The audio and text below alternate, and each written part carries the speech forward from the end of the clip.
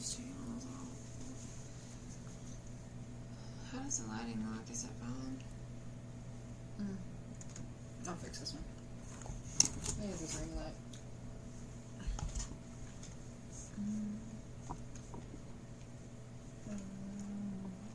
I have this one.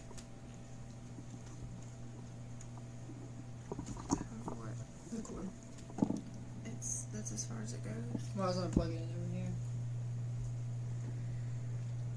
I think that's what we did different last time with it. The ring light in the front.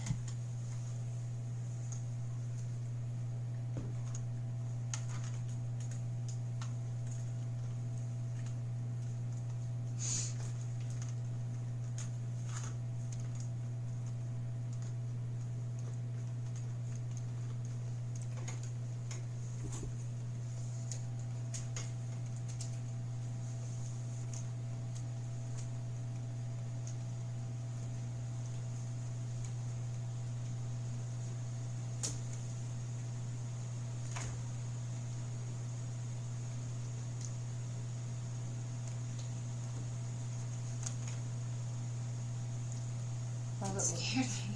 How's it look? It's good. Does it need a darker light or anything? That's fine. Let me change this setting. Yeah. Okay.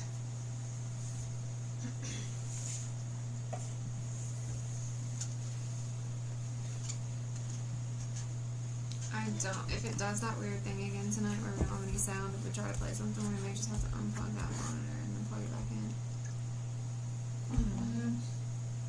My hair looking wild today. I don't really know. Hey Carrie, how are you? Hi, welcome in. How's Texas? Well, so a little chat today. It has been a wild day. Pretty bizarre, to say the least.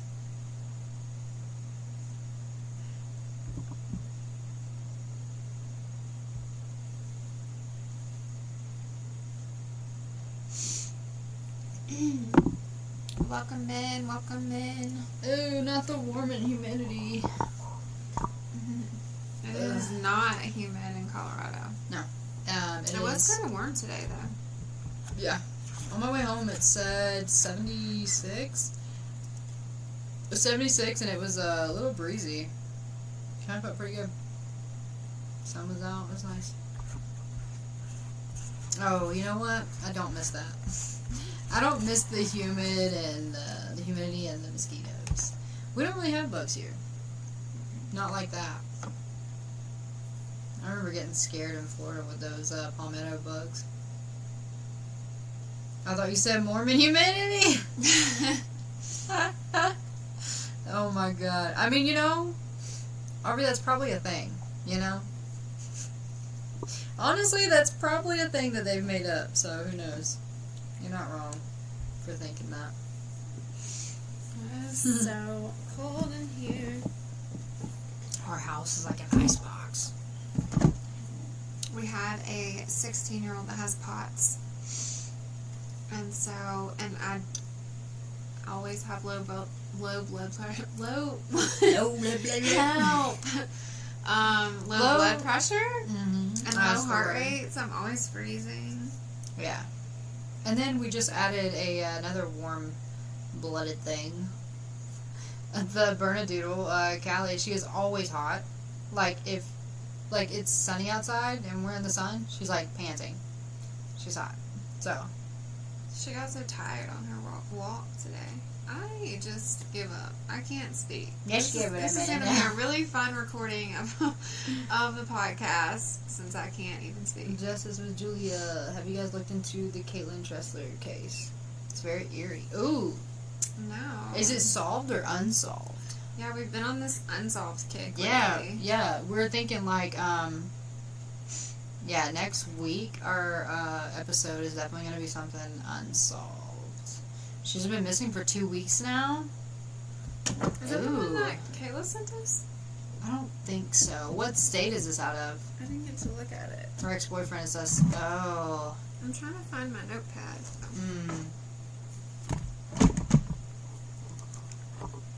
Caitlin Tressler. Justice talks with Julia came through today with the Celeste autopsy since I was working all day. Thank you, Julia. Hi, Lisa. Let's see. Caitlin Hi, Lisa. How are you? Tressler. Oh. She moved to Detroit, but she lived in Virginia with the... Okay. Yeah, I haven't heard of that one. That's not the one. No, I don't think I have either. Mm-mm. I'll have to look it up. Yeah, we'll look that one up. She moved to Detroit to get away from him? Oh. Mm-hmm. Like a DV situation? Interesting. That's kind of like I have pictures of what he did to her. Whoa. Do you know them? Or know of them? Or you just did some deep diving? Superfan Kayla just joined. Superfan Kayla. If you are a superfan or a sub, you have access to the Discord where all of the documents are. They recovered the U-Haul. Oh, shit. And because of Julia, I'll be putting Celeste's autopsy report in there too. We have, I have some other documents that I need to upload in there too. I just, I have all kinds of free time and stuff. They have the sub on Discord, or what do you mean?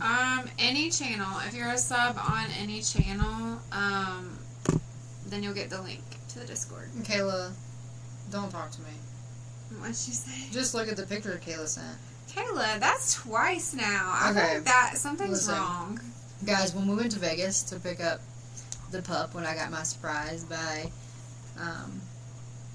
Kayla and old Dana Bug over here, we went to this place. We went to, what is it called? I don't remember. Magellan's? What's it called?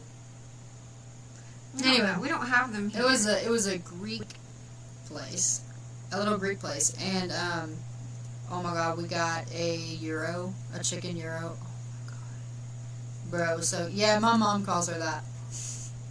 My mom calls her Dana Bug. It's cute. But yeah, we had a chicken gyro. Oh my god. My mom doesn't call.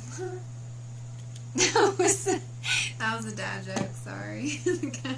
I don't know. I think that was more like an Uncle Larry joke. That was Uncle Bob. It's how I cope. I cope with dark humor. So yeah, my mom calls her Dana Bug. But yeah, I went to this place and it was really freaking phenomenal. And Kayla's already been twice since...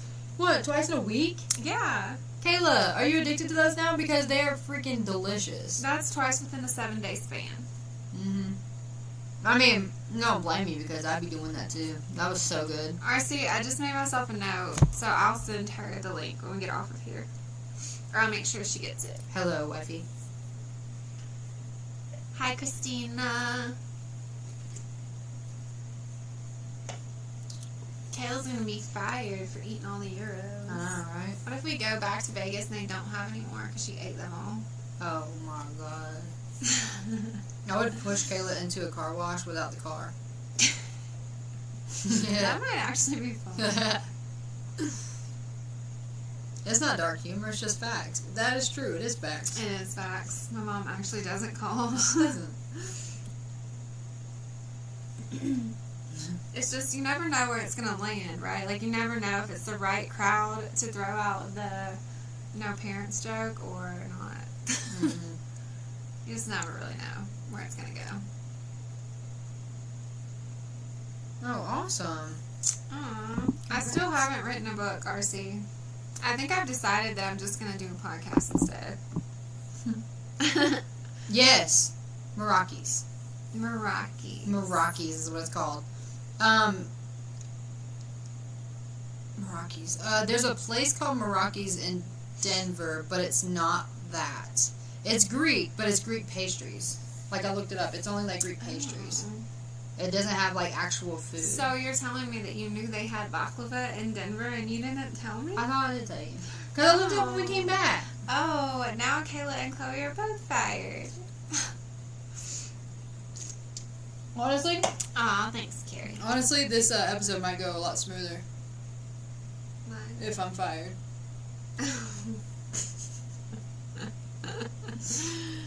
This episode would sound fantastic. This is about to be a really good episode, just so you guys know. It's the best. I literally freaking love baklava. It's so good. And there's the people that are in here probably, I cannot talk. This is about to be so fun. The people that are in here probably already know this, but, hadn't really experienced a lot in my life until, like, not very long ago. Until we got married. No. Until probably, like, 2024. 2? Maybe I left the shelter box that I was in. It was before that, anyways, I left the state. Long story. Anyways, I never had baklava before, and when I got to Florida, when I moved to South Florida, they have like a Saturday morning market in St. Petersburg, and it's super cute. Everybody sets up all their little booths, but there was this little man. He would make homemade baklava and sit out there and sell it, and oh my god, it was my first time to have it, and it was like authentic, like good baklava. It was so good. Wendy, thank you for the share.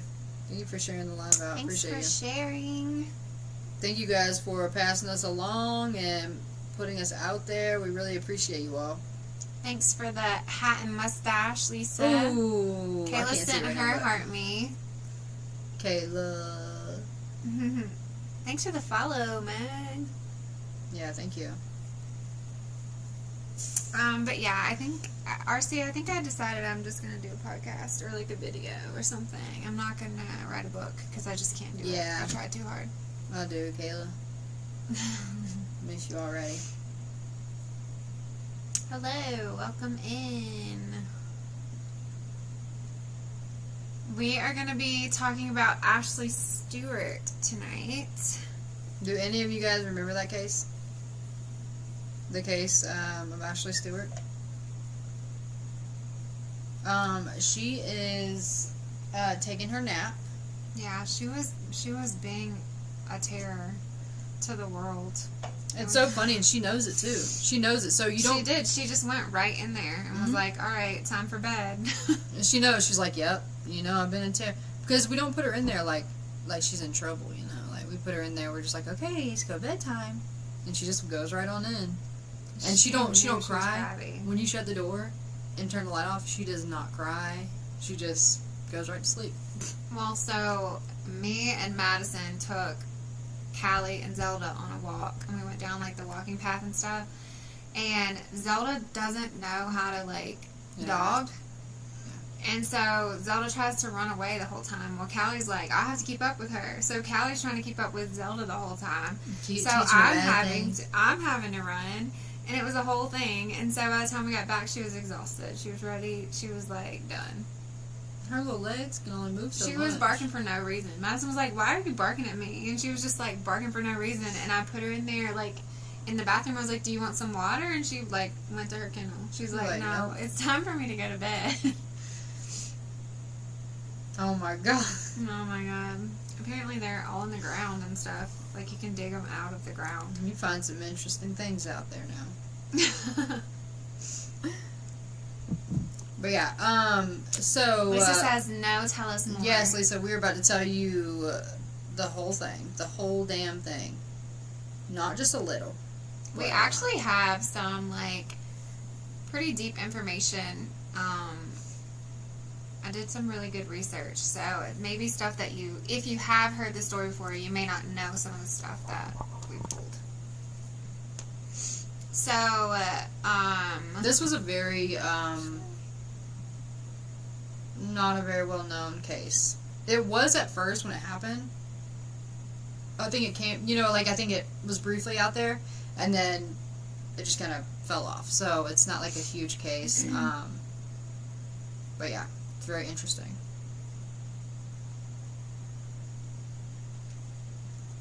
I want to make sure I say the name right. What was I going to say? Oh, if you're new here, we normally do just superfans and subs on Wednesdays, but we're doing something different this month. and opening it up to everyone. We record our podcast live on Wednesdays. So you guys get to see us mess up and say everything wrong and like all the bloopers, like the one time I hit my head on the microphone or whatever it might be.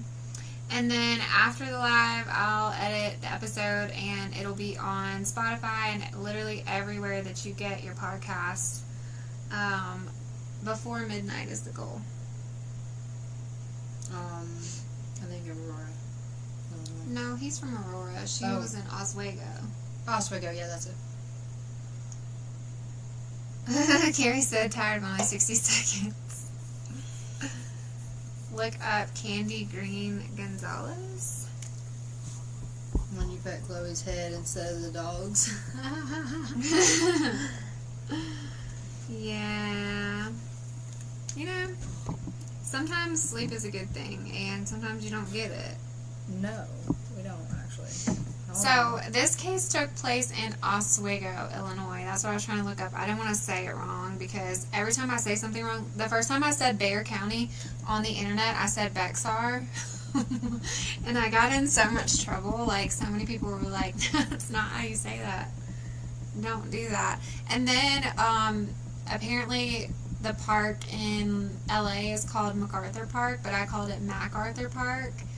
And I got probably like 1,000 comments about that. Nope. So now I'm always like, dear internet, how do you pronounce this? Please tell me how to say it before I say it. Look at that, how it looks there. Oh, I gotta get smaller. Is that TikTok? Mm-hmm. Weird. Hold on. Is that better? Yeah. You Well, can. I moved it. It's just yeah. slow. Okay. You Good. can see it moving. Yeah, that's good. I'm in Texas and half the folks here can't pronounce. I was like, there's an X, Bexar. And I was like, no, that's definitely not what you should ever say. I'm like, oh. Oopsies. Alright. Without further ado, are you guys ready? Let's go. I think I have the cold open this time. Do you? Yeah. Oh. I do. So, this case reminds me of the Tepe case. If you watched that one in Ohio, I cannot speak. This is going to be so I'd be bad. burping. If you watched the Spencer and Monique Tepe case, this case reminds me of that, but there's also some pieces that are really infuriating. So,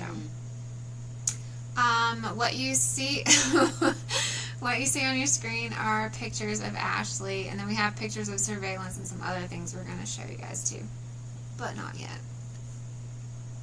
Are you ready? I feel like I was going to say something before we started, but I don't remember what it was. What was it? I don't know. I don't remember. Are you ready? Not yet. Oh, hold on. Chloe's not ready yet.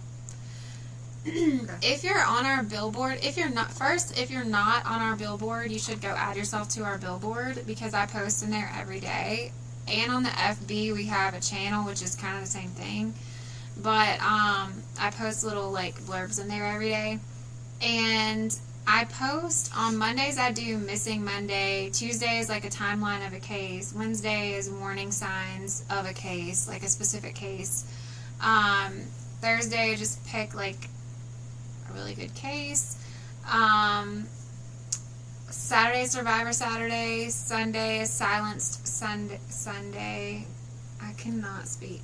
So, if you have a case, like if you have a family member, a friend, someone that you know, that something happened to them, or they're still missing, or whatever it might be, if you send it in, I can add them into those posts as well.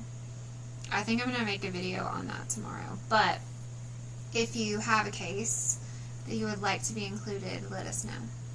That still shows everything, right? It should. I don't know why it looks like that, though, because normally it shows them all right here. But it's only showing restream. Well, there isn't any on here, so that's what I was wondering. Oh. I mean, normally... Oh, there you go. So, yeah, they're all through there. Okay. I don't know why it looks like that. It's weird. Okay, so I don't really need to be on that one. Mm-mm. Okay. I want to add Instagram, but I just haven't yet. Oh, that would be cool. Actually, that would pop up a lot at the top. That'd be crazy, yeah. Because we get a lot of comments. I think our Insta comments are like the most active ones. Yeah. People like to talk on Insta. Yeah. Alright. Sorry, we got sidetracked. I'm code. Okay. I'm like, okay.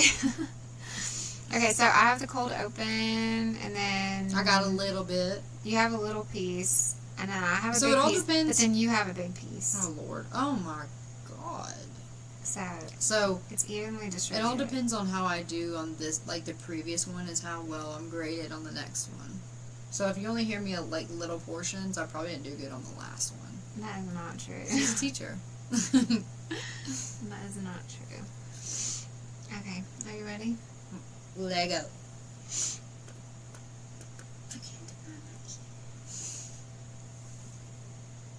Okay.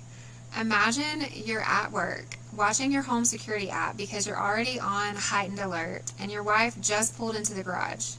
You see her car, and then out of nowhere, a shadow sprints behind her. It's her ex. He's chasing her inside. And you're calling and screaming to 911 while it happens live. That nightmare, that was Adam Stewart's random Tuesday afternoon on January 27th, 2026.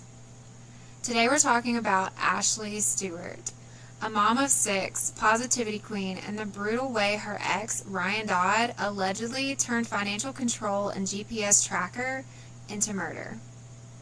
Stick with me. This one has every red flag that we preach about. Welcome back to Red Flags and Body Bags. I'm Dana.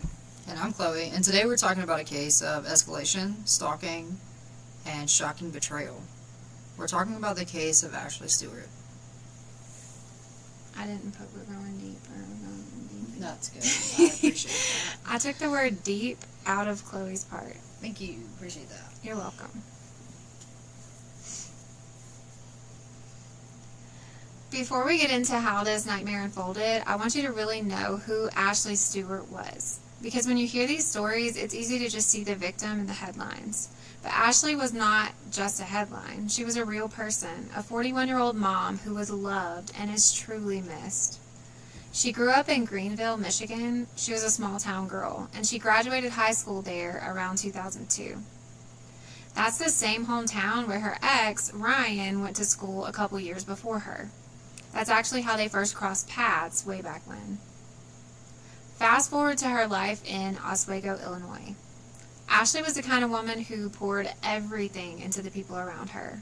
She was a huge supporter of the birthing community, like really passionate about it. She advocated for moms, for natural birth options, for making women feel heard and supported during one of the most vulnerable times in their lives. Her friend Robin Ross, who was actually her doula, said Ashley had this beautiful, gentle spirit.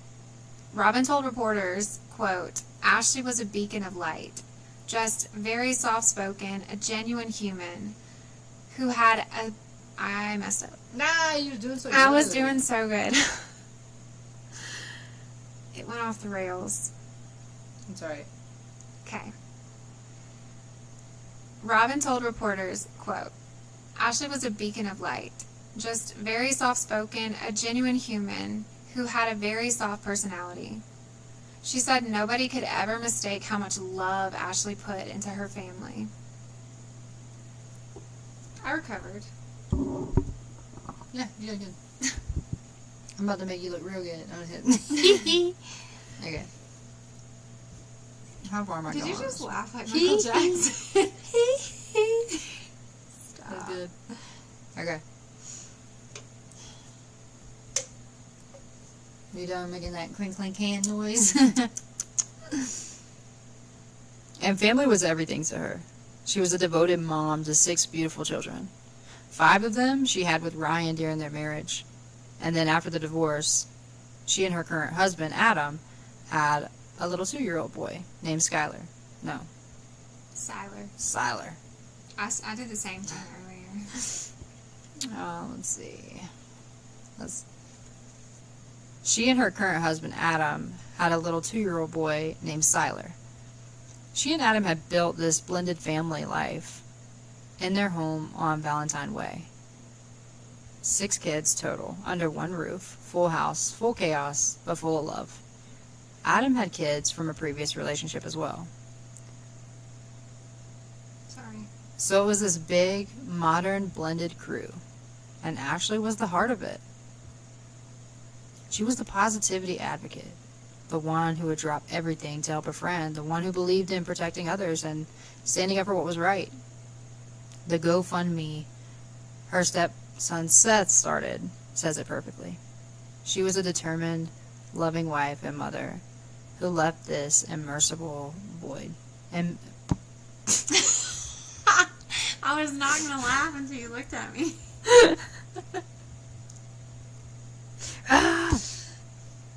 You actually don't even have to use that word, but imagine. Okay. No, I know what the word is. Actually, where do I even go? Start right here, because you paused on this word too. I know I was pausing, because I can hear you breathing in my ear. I'm just kidding. I'm just waiting. Don't micromanage. No, don't do that. It's scary. Okay, ready? The GoFund. Night. I don't like it. I need my own microphone over here. Okay, here we go. The GoFundMe her stepson Seth started says it perfectly. She was a determined, loving wife and mother who left this immeasurable void.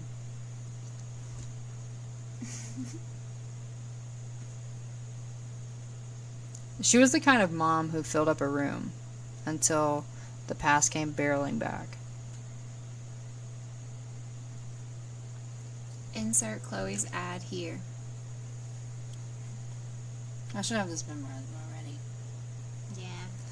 Red Flags and Body Bags isn't just a podcast. We're advocates, we're survivors, and our goal is to use the education and experience we have compiled to make a difference.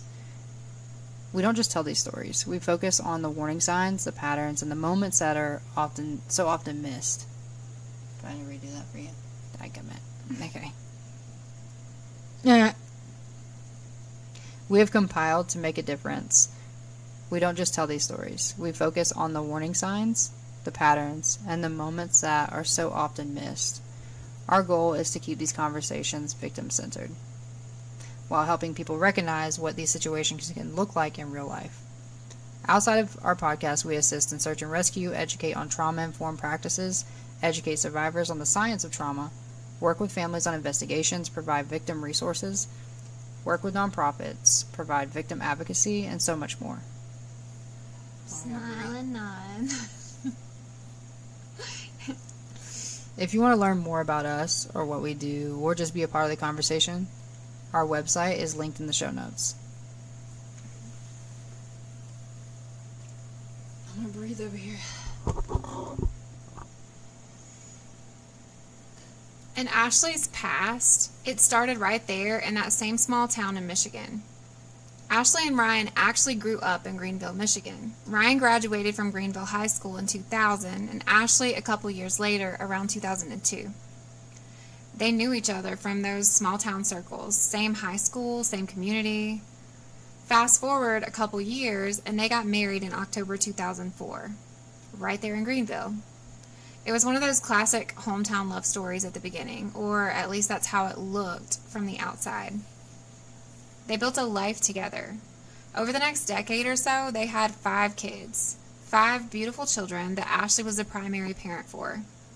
She was the one at home, the one handling the day-to-day, the one making sure everything ran smoothly, while Ryan was the main breadwinner. He was the one bringing in the income, and for a while that setup seemed to work, at least on paper. I think it's messy. I'm saying scooch. Okay. I mean, you can hold the microphone if you want to. Pop off. Do what you did. Thanks. You can just, do whatever. Well, I know, last time I was like, it sounded too close. Or, you sounded too, I was like, I know, mine's like, nah, and you're just like, yeah. Okay. Sorry, I had to burp.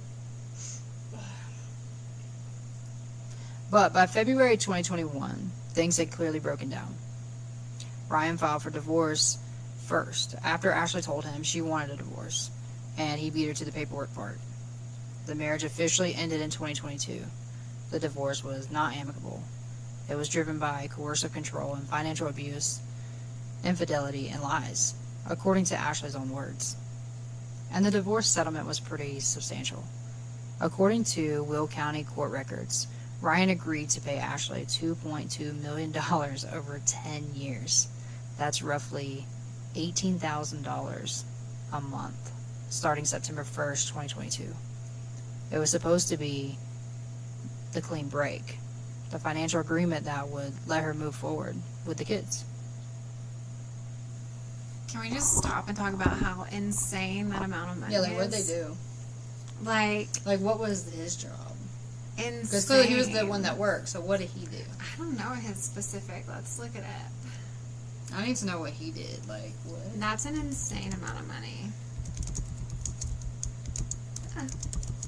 Which makes sense why she was staying home with the kids while he was the breadwinner. Thanks for the follow, Birdie. But $18,000 a month is an insane amount of money. She is no longer here because her ex-husband took her life. And we're going to talk about why. We have all the details. We have the tea. Or Kool-Aid or whatever you like. Do people say that anymore? What? The tea? I don't know. You're the one who works with all the upcoming kids. Ryan Dodd worked in digital creative and UX product design. That makes sense. Human-centered design. Executive creative director at Case Digital. He ran a portfolio site showcasing human-centered design, website, app development, and UX product strategy work.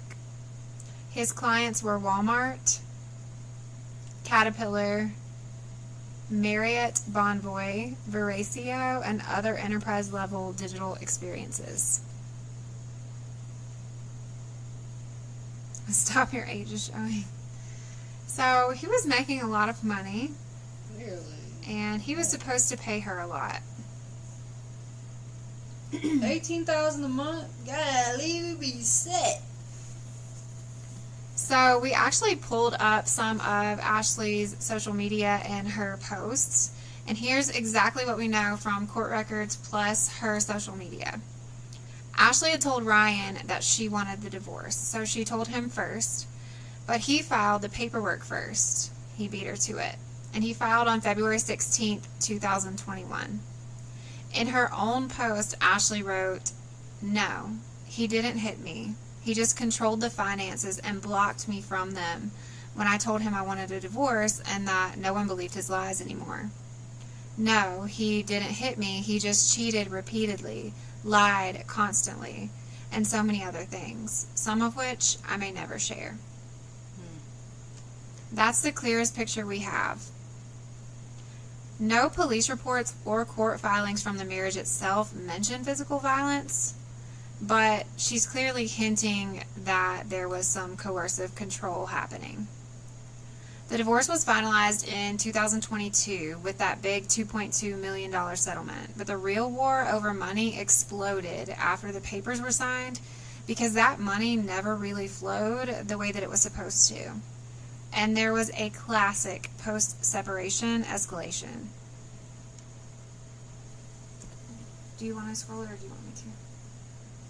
I'll do it. Okay. I'll do it. I'll do it. Okay. Can I do that? What? Pretend like I didn't just do that. Hold on. You did. I You didn't. did do that. No, I didn't. You tapped the screen. Oh. Oh, okay. Hello, Twitch. I don't think that's an appropriate comment. Okay, go ahead. Quick pause, because this is where we have to talk about something that shows up in 99% of DV cases. Financial abuse. It's not always loud or obvious, but it's one of the sneakiest ways they can control even after you leave. Oh. Keep control. It's fine. That sound okay? Mm-hmm. We're talking hiding assets, running up debt in your name, sabotaging your ability to work, or weaponizing the court system. So you're stuck fighting for every penny just to feed the kids.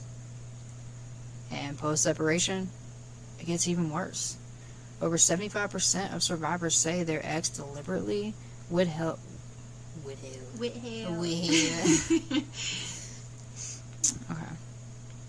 Over 75% of survivors say their ex deliberately withheld child support, insurance, or court-ordered money. They filed bankruptcy, drag out hearings, or just straight up refuse to pay.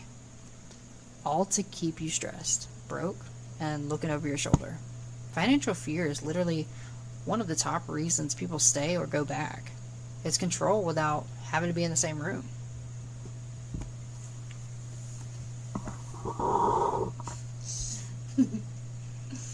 I was like on the metal, like.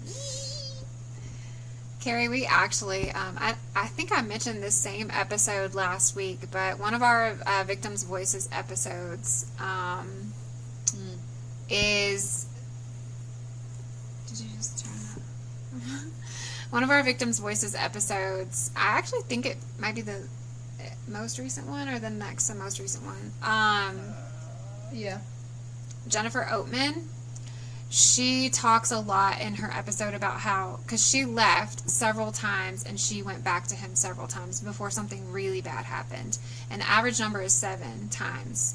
But she talked a lot in depth about how resources aren't really available for survivors and how she felt like she didn't have any help and she wasn't going to have any way of getting out because of some of that financial control, like what we're talking about. Like, she said he basically controlled everything and she didn't feel like she was going to be able to survive. And she had gone to a shelter and then, you know, they have limits on how long you can stay in the shelter. I don't know if you guys know that or not, but some shelters it's 3 days, some shelters it's a week, and some shelters it's 30 days and then you have to go.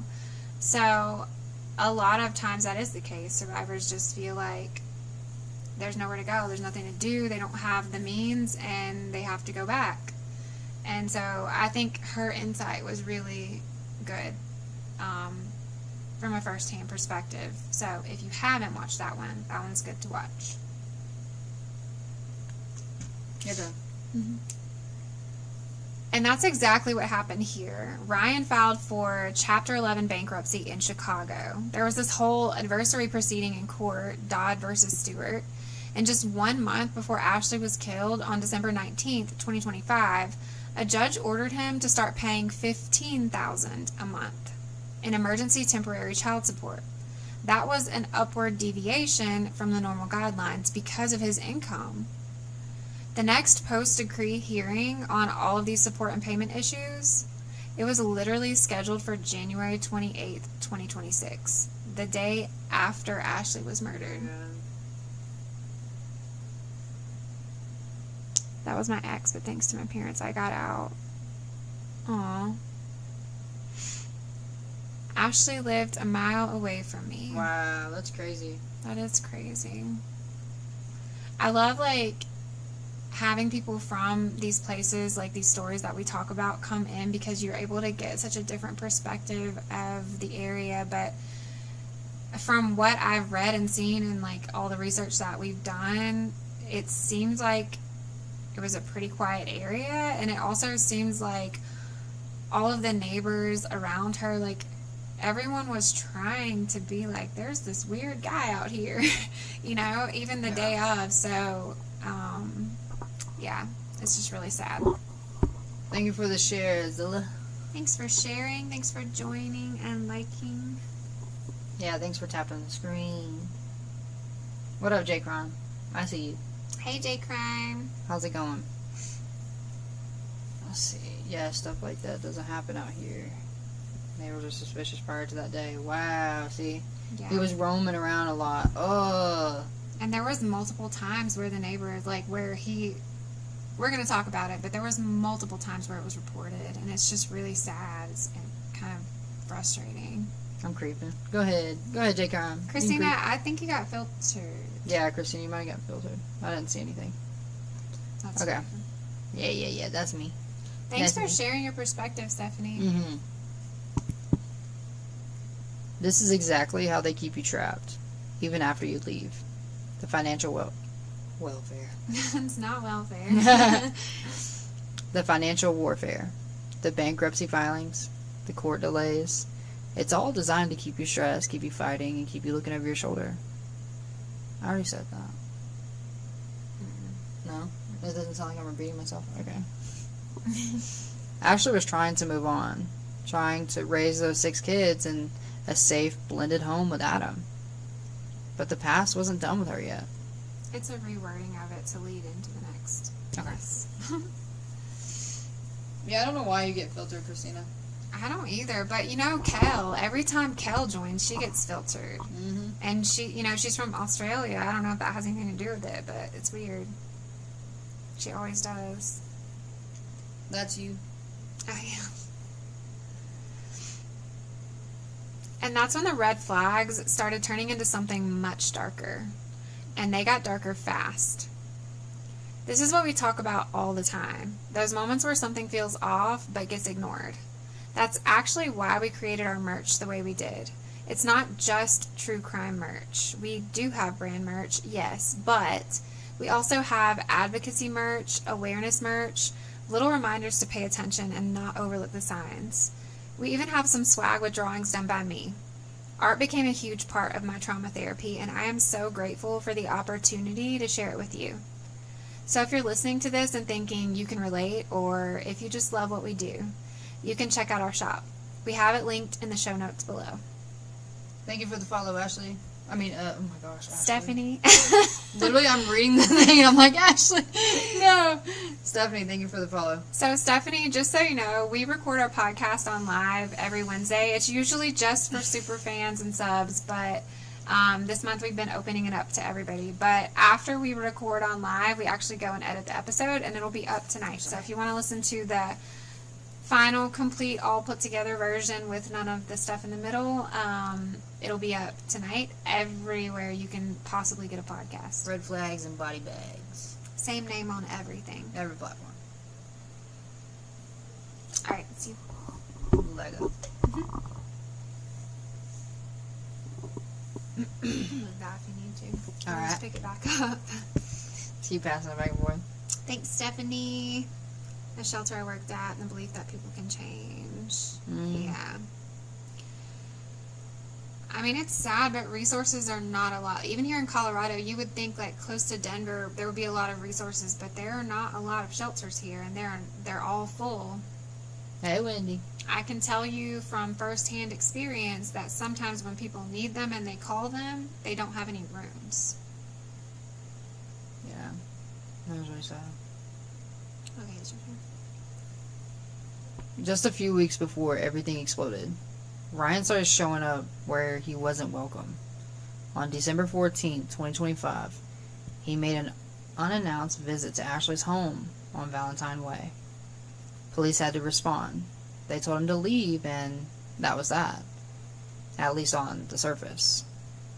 No police report was even filed. I wonder how things could have changed if it had been taken more seriously.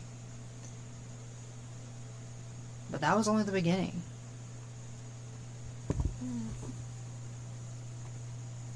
Oh no. Why? Did we disconnect, or can you guys still see us? Because it was trying to tell us that we disconnected. You're back. Yay, Okay. Thank you. I should probably redo like this part. Yeah, actually, yeah, maybe there. We're back. Thanks, Haley. Thanks, Wendy. Thanks, Carrie. Okay. Hi on YouTube. Hello. Welcome in. Happy Cappy. Happy Cappy. No police report was ever even filed, which is something to look back on and wonder how things could have changed if it had been taken more seriously. But that was only the beginning. According to court documents, Ryan had already placed a motion-activated GPS tracking device on Ashley's car. A 2022 black Ford Expedition.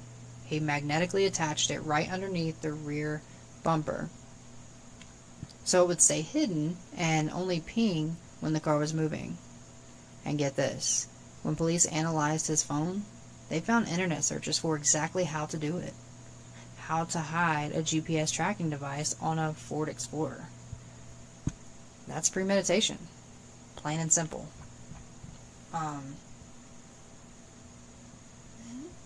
This part. No. That's. Oh. Let me look up and see which one it was. Maybe we should reread that. I mean, those are similar, but not the same thing. That's so frustrating though. Like, what's so frustrating is there were so many red flags. So many. Very frustrating. Yes, Kayla is the hype mod. Let's Everybody go. get your heart meeting. Yeah. Tap the screen. Okay. Did you find it? OMG, Happy Cappy, hi.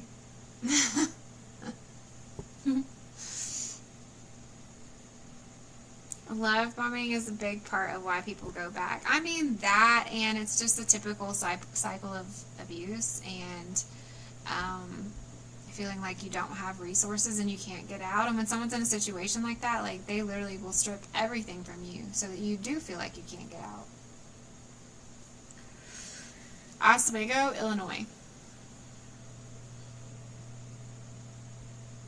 No, I know, but I don't have an Explorer. Did you find it? Almost.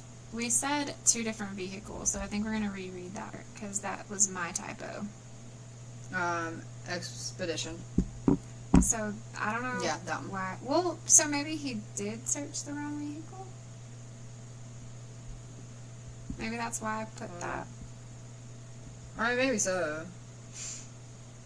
True, Christina. I mean, it's a classic part of that cycle, and the way that your brain changes under certain types of control, like, you will truly believe them that they can change, that they didn't mean to, or whatever it might be.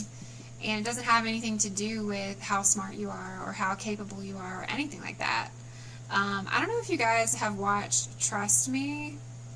Was Trust Me the Last Prophet? Yeah. Is that what it's called? The false prophet. The False Prophet. If you haven't watched that, you should, because the way that Gnomes comes in at the end and is able to talk about the things that she did, and she's like, that's not even me, I wouldn't even make those decisions. I love it because it is the best, because it's really popular. It's a really popular documentary that just came out, but it's reaching a lot of people, and it's firsthand experience, someone saying, look at these things I did on camera, and I would never actually do that. It's literal mind control, manipulation, and you do things that you wouldn't normally do. Anyone looking from the outside wouldn't, but you're literally, the way that your brain thinks is completely changed. Expedition? Okay. That was his search history. So you can just reread that one. Expedition. You can just reread Expedition. this one. Like, start from there. Alright. But if you haven't watched Trust Me, The False Prophet, go watch it. A lot of people are making fun of Sam Bateman right now, but the way that Gnomes is able to come in at the end and explain things is like, I love it. I thought it was great. Did you answer that already? No, we did not know her. No. Okay. Where did this happen? It happened in, Oh, I did. I okay. answered that one. Oswego, Illinois. Okay. Here we go. And get this. When police analyzed his phone, they found internet searches for exactly how to do it. How to hide a GPS tracker. How to hide a GPS tracking device on a Ford Expedition. Now that's premeditation. Plain and simple. That's you. They didn't find the tracking device or analyze his phone, though, until it was too late. Everyone was unaware that he had been tracking her. He had somehow gotten close to her car and placed that device without anyone knowing.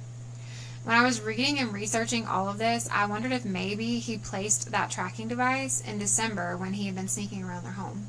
And even worse, investigators found that he had surveilled her home and area 4 other times between that December 14th visit when the police came and didn't even file a report, and they just asked him to leave. Between that visit and January 21st, he had surveilled them 4 other times. 4 times. He was out there watching her, tracking her movements. Oh, frozen.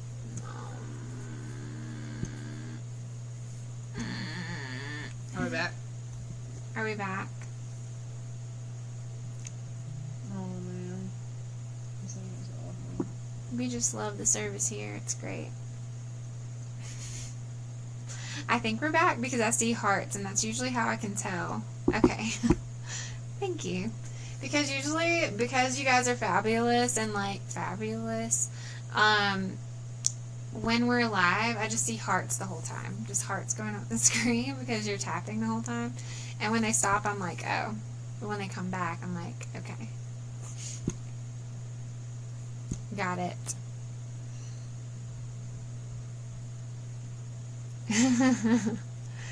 Thanks for the heart me's and the capybara. Is it called a capybara? I think so. Leafy hopper. Cupid's bow. Oh. Surfing penguin.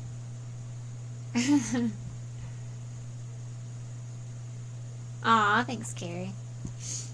Okay, let me start over.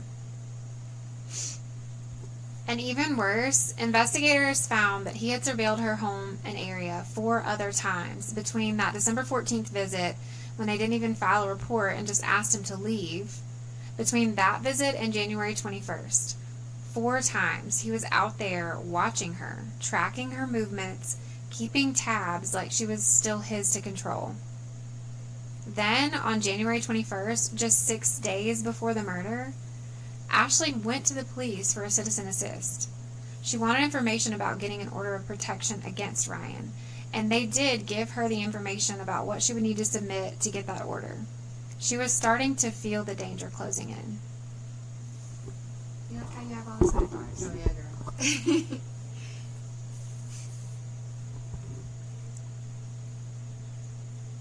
Thanks, Happy Cappy. Quick sidebar. Because this isn't some one-off horror story. This is way more common than people want to admit. Remember the Chicago case with... Why'd you put that in mine? I didn't expect me to say that correctly. Okay, hold on. Let's think about this. Tap the screen. We're at 11K already. Nice job, guys. Lacrimiara. Okay, let's just do the Chicago case of Beldy. You want to do that? Sometimes Right. I do last names. Alright, sure. Okay.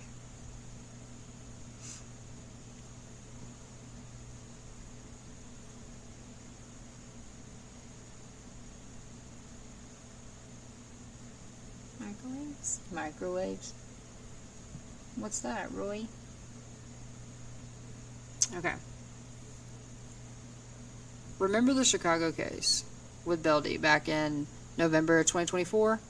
Her estranged husband was on court-ordered GPS monitoring after threats. But he violated it over 20 times. 90 plus ignored alerts before he stabbed her to death.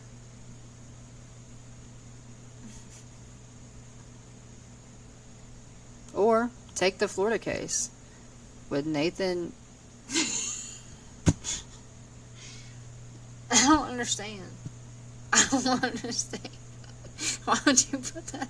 Why would you put that in my part? I wasn't even paying attention. You can just say Nathan G. I think it's Jingles. I don't know that. I'm sorry. Jingles. Yeah, I think it's Jingles. Jingles. It's a G.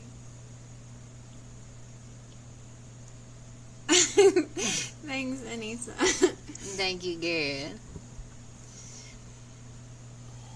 Well, it's Jingles with the G. It's Gingles. Well, I was thinking like Jen. Jingles? Jingles. Jingles. There you go, that's fine. Hey, Cal. Hi, Cal. Just do Jingles. Hello, Australia. Welcome in. Or take the Florida case with Nathan Jingles. He put a GPS tracker on his estranged wife, Mary's car. She actually found it in October 2024, recorded herself discovering it, and... What the fuck did I just say?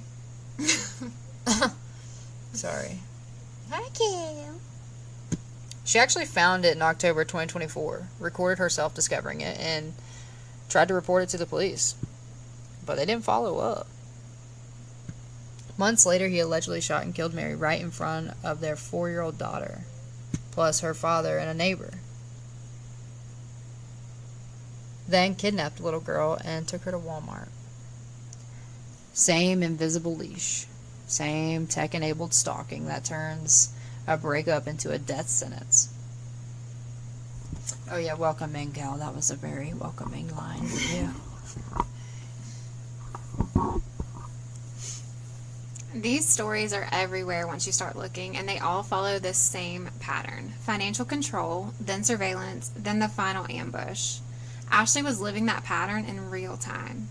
And unfortunately, it was all leading straight to that Tuesday afternoon in the garage. Okay, I have the surveillance. So this is still an active case. He actually has court Monday. So the surveillance footage, the 911 audio, all of that's not released yet. So some of the things we're going to tell you are things that the police said are in there. But the police department released still photos of the surveillance. So not the actual video, but photos of it. So I have those. Let's see. Don't forget your daily heart me's. Yes. I have those still photos here that I was going to show you while we go through the timeline part of what you can see on the surveillance, which they pretty much immediately, it didn't take them long to get him, so there wasn't reason to release much more of the surveillance, and they're holding it for court, so you can't actually find the footage.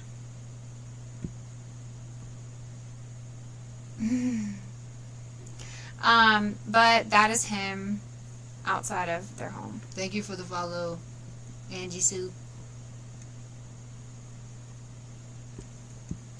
Okay, let's slow this down beat by beat because the surveillance footage is chilling. At around 1:10 p.m., Ashley pulls into the garage. Ryan, who was hiding in the bushes, sprints in right before the door closes. Adam, who had gotten a motion alert on his phone from work, and he sees Ryan sprint in after Ashley, and he places a frantic 911 call. Ryan allegedly attacks Ashley in the garage, and she dies from multiple sharp force wounds. If we had the 911 audio clip, we would play it here, but since this case isn't officially closed, it hasn't been released. What we do know, based on police reports, is that Adam told dispatchers he believed his wife was in danger and that the man he saw on his home security camera was her ex-husband, Ryan Dodd. The police arrived fast, and Ashley was pronounced dead in the garage. I would absolutely freak out. I mean, can you imagine you're at work and No. you're already on high alert because you know he's been in your neighborhood or whatever, and you get a security alert, you pull up the camera, and that's what you see. And you know that you can't get there fast enough. No. Thank you for the follow. Scary. And just wait until you hear this part, because it'll make you angry for Ashley. Or more upset than you already are for her. We found evidence that on the morning of her murder, Tuesday, January 27th, 2026, at about 9:43 a.m., Oswego police got a call about a man urinating behind garages in the neighborhood near Ashley's home on Valentine Way. Police responded, found Ryan Dodd sitting in his vehicle right in their area. They spoke to him, told him to leave, move on, and that was it. No arrest, no citation, no further action. He was wearing the exact same clothes that later showed up on the home surveillance video of him chasing Ashley into their garage just hours later, around 1:10 p.m. At the time, it looked like a routine, low-level complaint. Basically, public urination, disorderly conduct. There was no active order of protection, no known connection to Ashley or stalking at that moment. And Ryan wasn't being aggressive or threatening during the stop. Officers had no idea who he was or why he was really there. They just handled it as a move along call and left. This detail came out later in the court filings when prosecutors were laying out the full timeline and premeditation. I see the WTFs in the comments, and that's exactly how I felt when I was reading this. He literally was in her neighborhood, urinating behind people's garages, and the police were called. Oh, gross. You're right. He was marking his freaking territory. It's disgusting. Ew. But they had already been called out there in December. He had already been out there multiple times when he wasn't supposed to be. It's just frustrating. He should have been on the list. It's so frustrating. Like, I get that it was a routine, like this man's urinating behind people's garages. I get that it was a routine call for them, especially if they didn't know the case. But what's broken in the system that we don't have some sort of way to flag that this name of this this person that's out there shouldn't be out there? Yeah, Illinois. So, again, there was an opportunity to do something that could have saved Ashley, right? If there had been a report from December when he was lurking around her house, or if the citizen assist had been recorded, maybe seeing him near her home in his car would have been more of a red flag. It's so upsetting knowing that he was caught so many times where he shouldn't have been before this happened. Missing Tom. Oh, pissing Tom instead of peeping Tom. Oh my God. 30 minutes from you? Wow. Police got there fast, but it was already too late. Within minutes, they had a description of the suspect's vehicle from the home security footage and witness accounts. They put out the alert, and about 30 minutes later, they spotted him. Ryan Dodd was pulled over in his car. He was taken into custody without any fight, no dramatic chase, nothing. Just done. Taylor. Sorry. Oh, sorry. Yeah, Taylor, this is the one out of Illinois. Thank Yes. you, Heather, for the follow and the share. Thank you. Oswego, Illinois. The next day, January 28th, investigators executed a search warrant at his home in Aurora, and that's when they found the evidence. Inside a bag, they recovered clothes that matched exactly what the surveillance video showed him wearing during the attack, along with a knife and shoes that were later tied directly to the crime scene. Imagine being the cop that had to report back, yeah, I spoke with him. I know, imagine that feeling that you must feel knowing that you responded to that call. Like, you could have helped. Of that man. You prevented that. Yeah. Yeah. I can't imagine that. That in itself would be enough for me as a police officer or as any official in that area to be like, what can we do to fix this? How do we change this? Because how did this happen? Yeah, Taylor, he did. He put it on her rear bumper. Yes. He was surveilling her. He was tracking her. Yes. Stalking, for sure. He was charged with a laundry list of felonies: first-degree murder, home invasion, armed violence, residential burglary, and aggravated stalking. The judge denied him bond, and he's been sitting in Kendall County Jail ever since. His next court hearing is actually April 28th, which is this coming Monday, and we'll be watching that one closely. But while the legal system is doing its thing, the real story is what this left behind. Look at those cool sub stickers. Oh, I need to make some new stickers. With Callie. I need to make Callie stickers. Oh, Kayla, I got you. I'll get you some Callie stickers. Chloe made one of Callie with the ghost outfit on, saying this is some bullshit. That's super cute. That's super cute. We need to put it in the stickers for you guys. Yeah. Okay. Ashley's death didn't just take one life. It shattered an entire family. Right now, her husband Adam is left to raise their 2-year-old son, Siler, all by himself. Plus Ashley's 5 other children from her marriage to Ryan. That's 6 kids total who just lost their mom in the most horrific way imaginable. Adam is now the sole provider and primary caregiver for all of them, while he's also grieving the love of his life.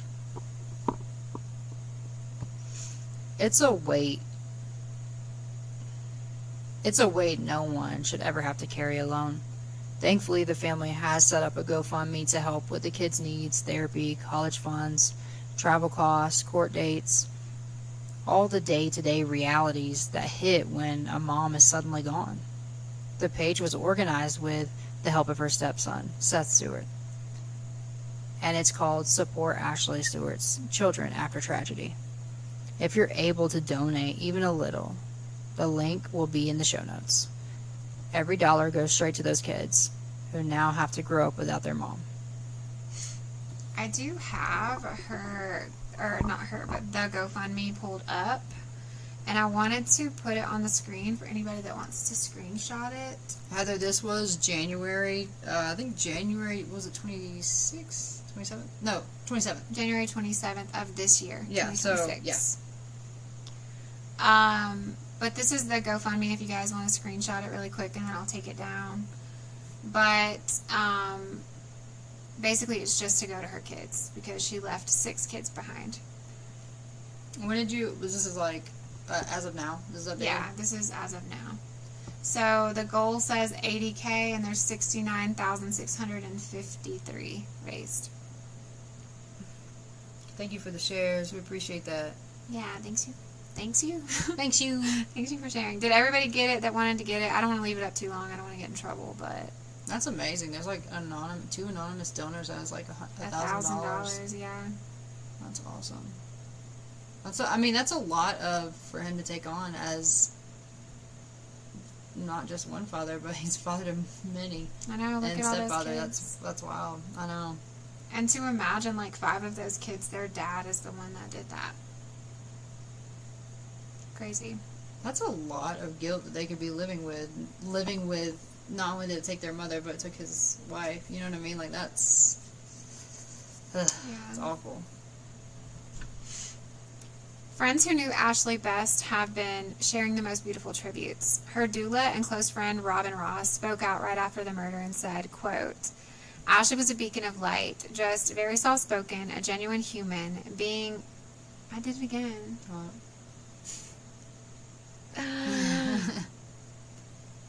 Oh, they're definitely on any therapy. I'm sure they're in it. For sure. That's awful.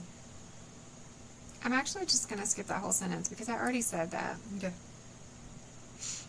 Her doula and close friend Robin Ross said nobody could ever mistake how much love Ashley poured into her family. She called her a devoted wife and a loving mother whose loss has left an immeasurable void in the lives of everyone who knew her. The birthing community she was so passionate about has been posting the same thing. She lit up rooms. She supported moms when they needed it most, and she was just good. Pure good.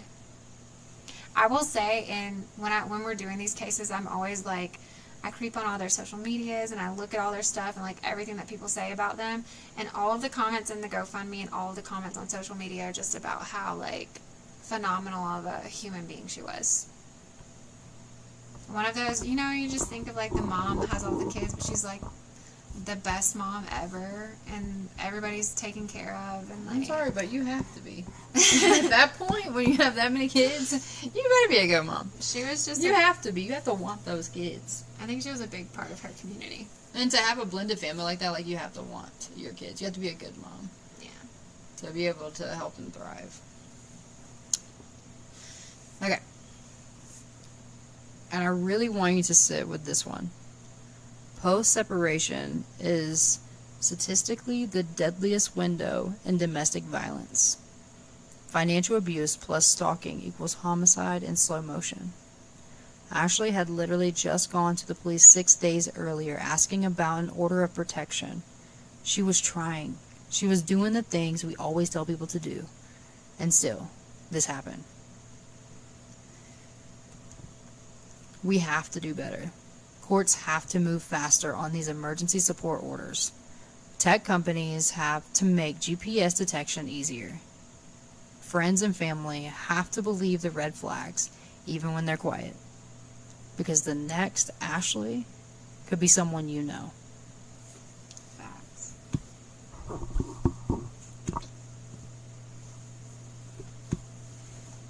If you or anyone you love is in a situation where financial control, stalking, or post-separation fear is happening, please reach out. The National Domestic Violence Hotline is 1-800-799-7233 or thehotline.org. Document everything. Trust your gut and know you're not alone. Ashley Stewart's story doesn't end in that garage. It ends with all of us paying attention and refusing to let these patterns keep repeating. That's why awareness matters, and that's why advocacy is important. Thank you for listening to Ashley's story and for helping us share it. I like how, like in actually Oakland's case, like how we added, like the part to our family. You want to add something? What are you going to say? I don't know. You can, because you can just say it and then say that. No, that's what I thought. We want to say something directly to Ashley's Because I like that family. about Ashley Oakland's, you know what I mean?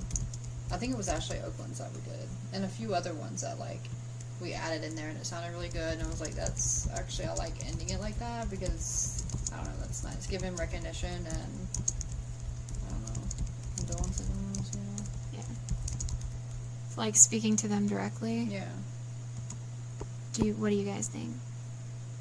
Chloe says we should add in something speaking directly to Ashley's family at the end. That one, like something like that. I will say, these families, these people, they're watching our videos and they're listening, and that, to me, has been the most humbling experience of, like, these people reaching out to you and saying, this is my loved one. I mean, because honestly, if I'm telling your story, if something happened, you don't know, let's say you didn't know us, and I'm telling, and something terrible happened to somebody you know, and I'm telling your story, I feel like it's only polite or right at the end of that to say, you know, something to the family, like, you know, a message for them. I'm editing the script. Hold, please. And we're editing in real time, guys. My brain that thinks it always needs to be wrapped around everything is just winging it right now. Okay, so this can be you. Okay. That's a good one. So, do you want to talk to Adam and the kids, Adam, or do you want to talk to her children? What was the first part? Ashley's, Adam and the kids. Yeah, that's fine. Adam, and then to her children, and then everyone that knew her. Which part would you like to do? You do the first part? You want to do the first part? Yeah, I can do the first part. Okay. And then I'll do this part. Is that right? What's below that? What's that? It's all part of the same. It's this. Okay, good. Or do you want to do that part?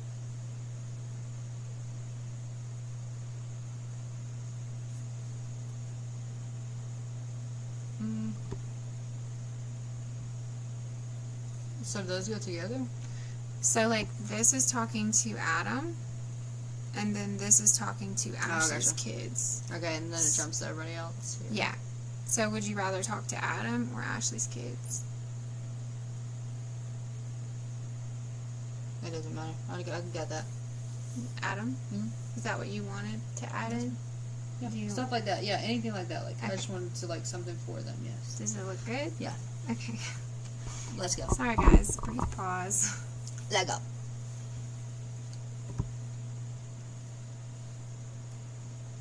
And if Ashley's family is listening, Adam, the kids, our friends, anyone who loved her, I just want to say this directly to you. Adam, we see you. Raising six kids on your own while carrying this kind of grief is something no one should ever have to do. You're showing up for them every single day, and that strength is a tribute to the woman Ashley was. I'm not gonna cry. To Ashley's beautiful children, all 6 of you, your mom loved you with everything she had. She fought for you, she built a safe home for you, and she lit up every room because she wanted you to feel that light. That love doesn't go away. It's still there in every memory, every hug from the people who are still here holding you. You're not alone, and you will always be her greatest legacy. To everyone who called Ashley family or friend, thank you for speaking her name and keeping her light alive. We're holding space for you too. Thank you for listening to Ashley's story and for helping us share it.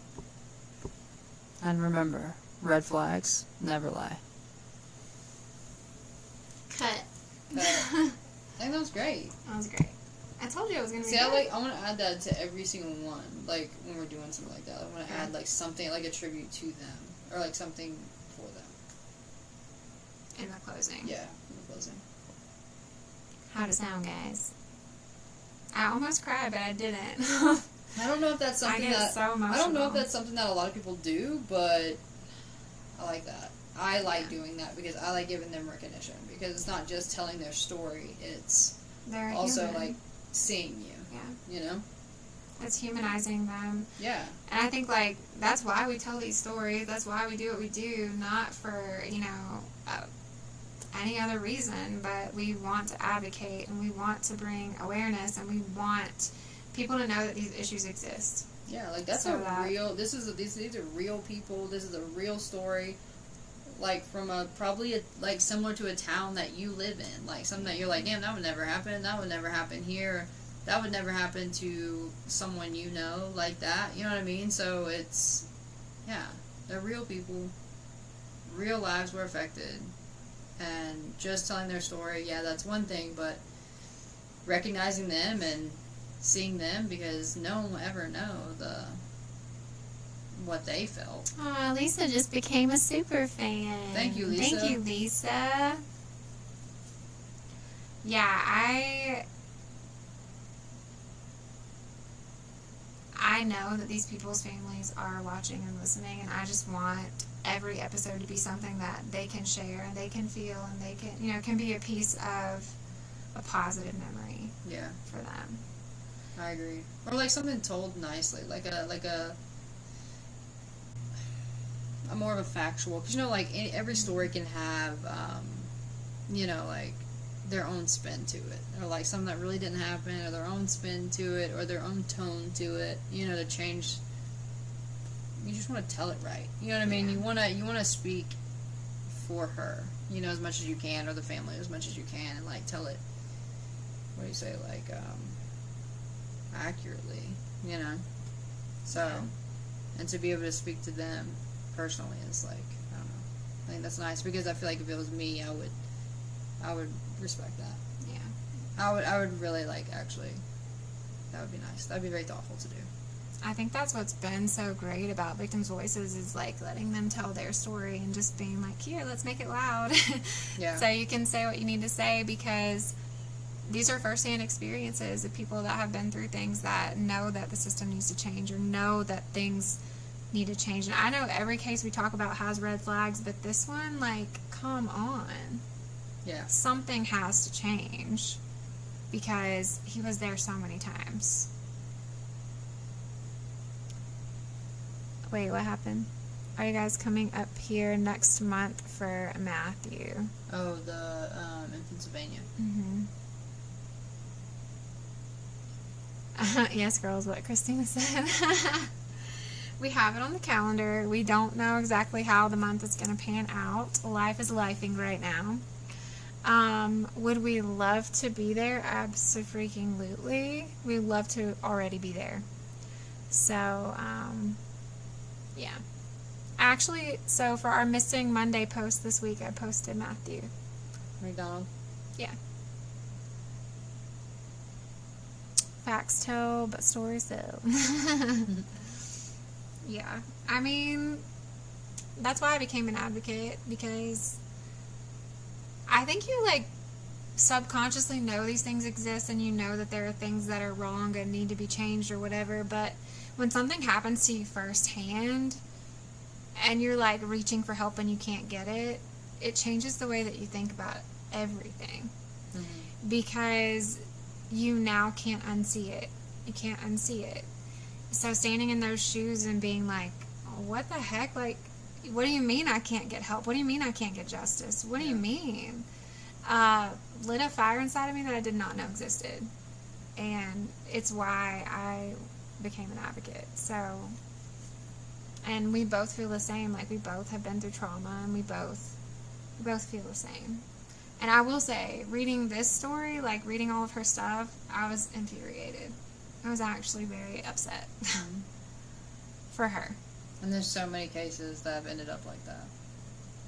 But it's wild because, like, people were pushing this to the back burner, you know what I mean? Because they filed for divorce. What was it, 2021? I think it was 2021. 2021, and then everything was divorced. I mean, everything was final in 2022. Yeah, but I'm sure they were, like, separated housing, you know what I mean? Like, living, like, arrangements was probably separated in 2021. So, the fact that it was 2021 and 2026, like, people were looking at it, they're like, that's 5 years. They're so over each other at this point. You know what I mean? Like, people wasn't seeing it as, like, oh, well, it's not, like, a in-your-face risk, because, like, they don't live together anymore. Like, they're probably seeing it as, like, whatever. Yeah. Like, they're just bickering, whatever. You know, they just don't like each other right now. But, I mean, because honestly, looking at the dates, I'm like, damn, 2021 to 2026 has been like 5 years. Like, you know what I mean? Like, you wouldn't expect him to still have that much. Well, he didn't want to pay her. It was purely financial motive. Like, he didn't want to pay her. But the pissing behind garages? I can't for the life of me figure that one out. Unless Carrie was right when he's like marking his territory. Like, what was he doing pissing behind garages? Yeah. Maybe. Yeah. When are you going back for Matthew Spencer? God, I hope as soon as summer can hurry up and come. Callie's coming. As soon as school gets out May 21st, and we will be Arizona bound in the wind. I mean, I'm hoping, if we can play the cards right, we might be able to do that before, if we go to, before Vegas. Oh, yeah. Lisa said, I was held against my will by a boyfriend years ago. Thank God, Daily. I made it out of that. It changes your perspective, too, right, Lisa? Like, it changes the way that you look at things, for sure. The cops were nice, but politely told me he must know enough about the law to avoid being brought up. If it wasn't for friends or family, I can say that too. My ex broke into my house numerous times, and even with the protection order, all he got was a fine. That right there, that's absolutely ridiculous. It's so frustrating, and it's like something has to change. And you would think, like, so there was all this tension. There was him showing up in December, like, when he wasn't supposed to be there. There was the financial motive. And then they had court the next day. So when there's been instances of stalking or someone showing up when they shouldn't or whatever, and they do have a court date coming up, what type of extra protection should be added? What has to change? And then the fact that police went out there and he was sitting in his car in her neighborhood where he does not live, and they were just like, okay, you gotta leave now. So my question is like, when they run his name, because I'm assuming they pulled to make sure he didn't have a warrant or something. My thing is, like, if they even ID'd him, it doesn't say, because they didn't take a report, they just told him to leave. See, I feel like if they would at least pulled his name, they would have seen that he had a restraining order, right? Like, no, it wasn't. They see that? The restraining orders take so much time, and so she had gone in for a citizen assist to get the paperwork. Oh, right, that's right, the citizen assist. It wasn't granted yet. There was no restraining order. So even if the officers did do any, like, I mean, they didn't know. That's what I'm saying. Like, they didn't know. They was honest, like they didn't know. But what's wrong in the system that we have to fix so that they will know? Like, it's almost like a red flag alert. Like if he's in this area, like, he shouldn't be. Yeah. Like, type of thing. Yeah. Yeah. Like, and maybe that's some type of alert that they need to have. Yeah, that's going to raise protection. If someone has a restraining order, which... Don't even get me started. I feel like there's a lot of people who have restraining orders that, like, people do not give a shit about it. They break them all the time. They do not care. I mean, But- let's be real. A restraining order does nothing but create a paper trail for after the fact. That's it. That's all it does. It is a paper trail. It does not protect you. Yeah. It's an order of protection, but it does not protect you. Yeah. $250 is all my life was worth. That's awful. Lisa, I agree. We were talking about this on a drive not too long ago about how you don't realize how many people have been affected by trauma or SA or DV, but literally everyone you're looking at has probably been affected in some way. It's very rare that you meet someone who has not been affected by SA. It is very rare that you meet someone who has not been affected by DV, even if not directly towards them, maybe in the home that they were in. Yeah. Like, there's so many people that have been affected by the same things. A restraining order is a civil order, a protective order is a criminal offense. Yes, but if they come there with intent to harm you, that order is not doing anything. It's not going to do anything. Because even if let's say he did, like, it was in the system and the cops didn't run him, or the cops never even, like, he wasn't caught pissing behind garages or whatever. Let's say, like, he was just stalking in a very covert way, right? Being sneaky. And he was doing that. I mean, what were they going to do? And he just pulls up in their yard.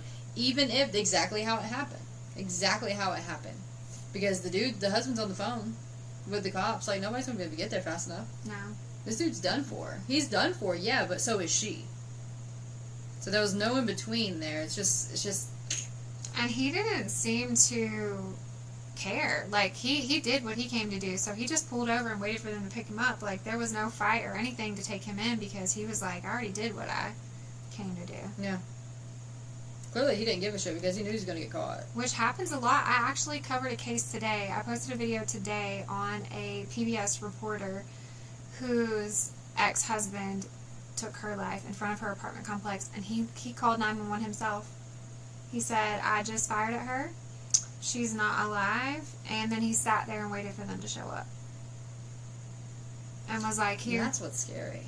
Yeah, he didn't care. That's what's scary. For. They feel like they have nothing to lose, and that they have a one-track mind, and they want to get that done, and that's it. They'll live the rest of their life behind bars knowing that they did what they did, and they're happy with it. Yeah.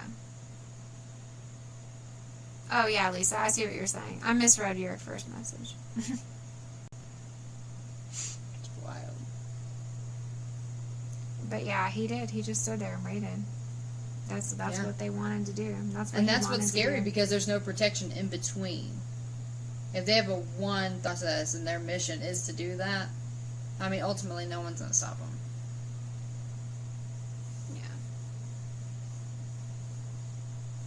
I've had several of those orders, and it's not beneficial to me.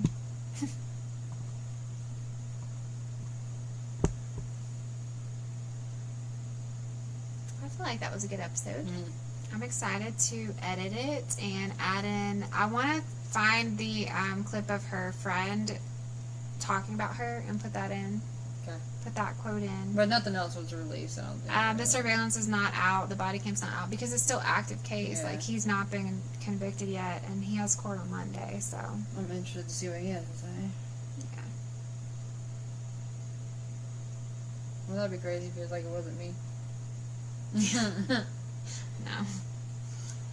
But yeah, so we will be watching him on Monday to see what happens, and we'll post updates on him too. we're gonna post updates. Well, if it's Monday, we'll probably talk about it on Monday live. Oh, miss it. If you are a sub or a super fan and you do not have the Discord link and you would like to have it, send me a message or DM and I'll make sure you have it. I'm going to put Celeste Rivas's autopsy report in there. And I have some other documents, but I'll get them in there as I can. But I'll try to post updates on this case too. Surveillance. And anything. what is the benefit of being a sub? If you're a sub or super fan, you get lots of benefits. Here, let me pull my list up. Oh, let's Hold go. on. Hold on. Actually, it might take me a second. just keep holding. So there is a Discord that I post updates in. I post like what cases we're covering. There are case files in the Discord for all the big cases. Like right now there's a bunch of Nancy Guthrie documents in our Discord just sitting there. Anything I find I will throw in there. Pictures, autopsies, police reports, anything I find I'll just throw it in there. There is a community case file in there, so right now we're working on Missy Beavers, and everybody that is a sub or super fan gets to help work on the case, put their research and things that they find in there, and hopefully help solve it, because I feel like that one's coming soon. Please. So that's in there. We have all of our missing persons cases in there. Both Matthews are actually there. Matthew Spencer was the first one that I put in, because that was our first one to go on. You get sub-only videos, so videos that are posted for only subs to see. There are sub-only episodes, so we do have subs on Spotify too. Let's see what else we have. Free merch. We will be drawing for free merch from our subs and super fans once a month. That's something new that we added. What else do we have? I think we're, Sorry. On Wednesdays, it's usually subs and super fans only, so you get your own private lives. Sometimes we go live on the weekends for just subs and super fans, especially when we go do interviews. Yeah, we're gonna add also a promo code. Yes. For a small discount on merch. I need to do that. So we're gonna add a promo code for subs, so they get discount on the merch store. Mm-hmm. And also, how can they find our merch store? Our link is at the top of our page that goes to our site, and our site has literally everything on it. And I update it as I can, so everything's on there. I didn't, Christina. Let me write it down. It's actually on my list, but things have been so crazy. Kayla, we haven't made it yet. I'm going to write it down right now because I was thinking I would work on merch tomorrow since it's Thursday, and that's usually the day that I can do that. So I will try and get it done for you tomorrow, Christina. Oh, my Lord. If I go missing, call red flags and body bags. We're going to add some Cali merch, too. Yeah, we're definitely going to make some Cali merch. I'm in the process of working on that. Let's see. What was I going to say? I don't know. I was going to say you get really cool stickers as a sub, too. Oh, and our subs and super fans have their own space. So, like, I post stuff to those spaces all the time that only subs and super fans can see. And there's a group chat on our TikTok, too, that subs and super fans are in. Ignore my husband. Call red. Yeah, that's what we're going to get, guys. It's going to say, if I go missing, call red flags and body bags. Subs and super fans get to make case requests, too. So, like, if there's a case that you want us to do a podcast on or something like that, subs and super fans get That's first a call. good one. Look for red flags to avoid body bags. Ooh. That's a good one. I can have custom caution tape. Ooh, that would be cool. Custom caution tape. That would be pretty cool. Because we usually have it behind us, but we didn't put it up. Yeah, we not custom, but we haven't put it up in our new space yet. Yeah. But that would be awesome. But yeah, and we have a list of places where we want to go, where we're actually going to go to where some of you guys are. So that's really cool. We have a lot of really cool stuff coming. We have been, so since we've been with Red Flags, we've created Red Flags and Body Bags. We have been. Oh, good night, Carrie. Thanks for hanging out with us. Love you. Love you.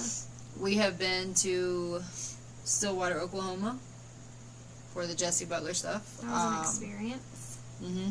We have been to Williams, Arizona. All around Flagstaff in Williams, Arizona. And the Kaibab. And the Kaibab forest. And it is not a very welcoming forest, I can tell you that. And there's no one out there, but it's very creepy. The part we went to that's in Parks, Arizona. It was pretty intense. Aw, hi Ash. Hello. Are you talking about Emmanuel Haro? Okay, Carrie, I will. Got you, Carrie. Got you, girl. Emmanuel Haro's dad, Jake Haro, pled guilty to taking his life.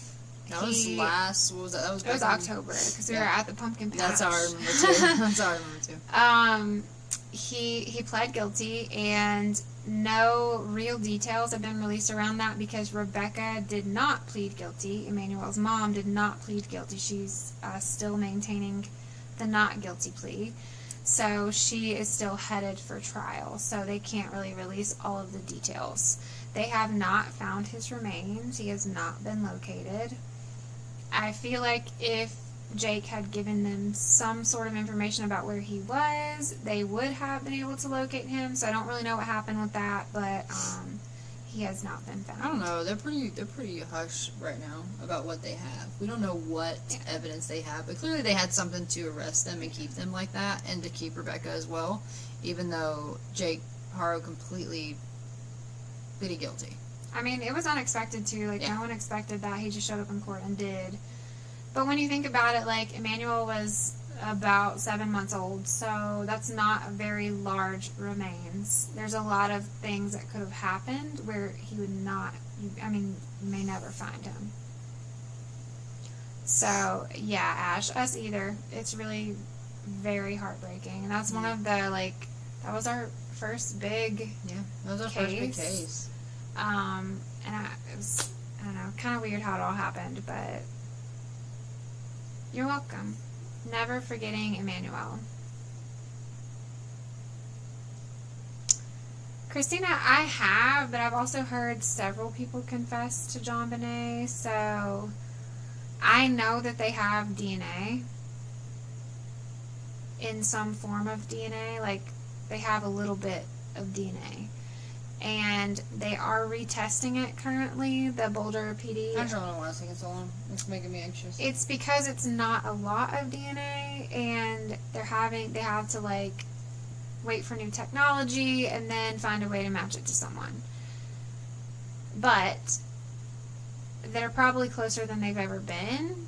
However, the investigation was botched from the start, so they're literally paddling upstream. Yeah. Makes sense. But they have been using new technology to try and connect it. So hopefully something will happen in that case soon too. Yeah. I mean, come on, it's been forever. That's high profile. You would think that they would speed up the damn process. Forever. I don't know what that is. The guy the police said wasn't a good suspect. Wow. I've been following it. I actually check that case every morning because Boulder PD is, like, right here, and I had emailed their there's, like, one officer at every department that's in charge of, like, PR and, like, interviews and stuff like that, and I had emailed them a long time ago, sometime last year, and they just let me know that that's what they were doing, so just running the new DNA. You know, I was thinking, next time we go to Arizona for Matthew Spencer, I'm going to keep an eye out. I'm going to keep an eye out for Chelsea Grimm. Because when we were there the first time looking for Matthew Spencer, doing the search out there in the Kaibab, we found out about Chelsea Grimm like the last day we were there. We didn't even know about Chelsea Grimm. We went out there. I think Chelsea could still be alive. It's possible. What month was that we went there? It was January 1st. It was New Year's Day. Oh my gosh, it was. That we literally kicked off this new year doing search. We did New Year's Eve with the kiddo, and we did our bingo cards, because we do bingo cards every year with, like, what we want to do and all of that, and then we got in the car and drove to Arizona. Do you guys want to know what is on both of our bingo cards? Like, what one thing is on both of our bingo cards? That is to find a missing person. That's on our bingo card. It's And gonna I happen. think that we both had Matthew in mind when we wrote that. It's gonna happen. So, please look into the Molly Miller Colt Haynes case in Oklahoma. Oh. We do have, so we did our little search and rescue certifications. We have a drone. We have an underwater camera. That drone? I actually really love flying the drone. That was the first time I ever flew a drone. I registered it, and we flew it all through the Kaibab, and I freaking love that thing. I love it. Now I want to fly it everywhere. Molly Miller Colt Haynes, Thank you for the follow, Jeannie. Oklahoma. Appreciate that. I'm writing all these cases down that you guys are saying because I'm going to add them to my list. Yeah, Kayla, that body cam was, I don't know. If you guys don't know anything about Chelsea Grimm, you should look that up. Kayla, what do you think? I think Chelsea could still be alive. Kayla, if we go back to the Kaibab, are you going? Because I need somebody to help film. Yeah, because my gosh, it's really hard to operate a drone, have like all the things that you're having, and Also, take good camera. In the Kaibab, though, to be fair, we were both having to look around. So if I'm flying the drone, she's watching the camera. I'm flying the drone, she's watching the camera, because I can't do both. I was like, I can't pay attention to both. I need to watch. I need to see where I'm going. And then also in the Kaibab, we didn't realize we were going to have to watch our backs because it's creepy out there. Like, so we're having to like look around because you feel like somebody's staring at you like 24/7, but nobody's out there. It's creepy. So, yeah, we need you to come with us. Okay, Kayla, we're going to give you notice, and you have to come and film and help watch backs because it's creepy as heck out there. But we have a pretty good idea where we want to go. Like we feel I know exactly where we feel like we know exactly where Matthew is. Like we feel like we know, or maybe not is, but like was. We know where he's been. There's also somebody out there that also does search and rescue that we want to see if we can get with them. Remember? Okay, Christina, I wrote it down. I can't remember. I will. I think Chelsea Grimm is alive. I can't remember the name of the lady that we're going to be out there, but she has side-by-sides.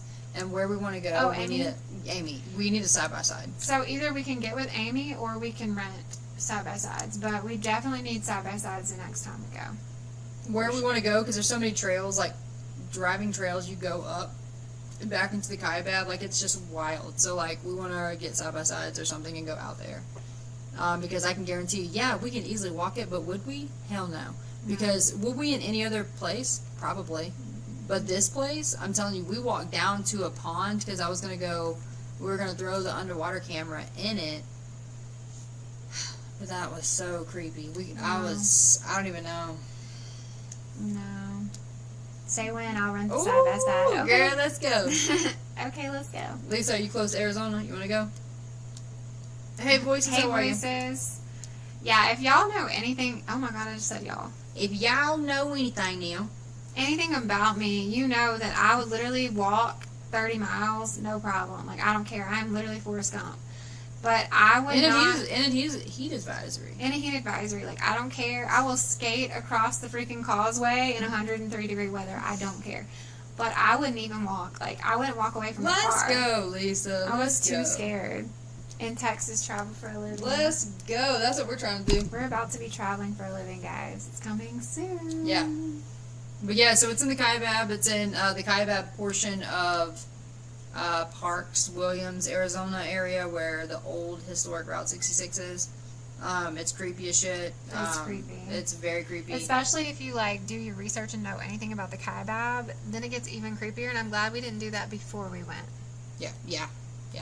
Kayla, I don't know about Chelsea Grimm. I feel like there's a possibility she could still be alive and living amongst something or some.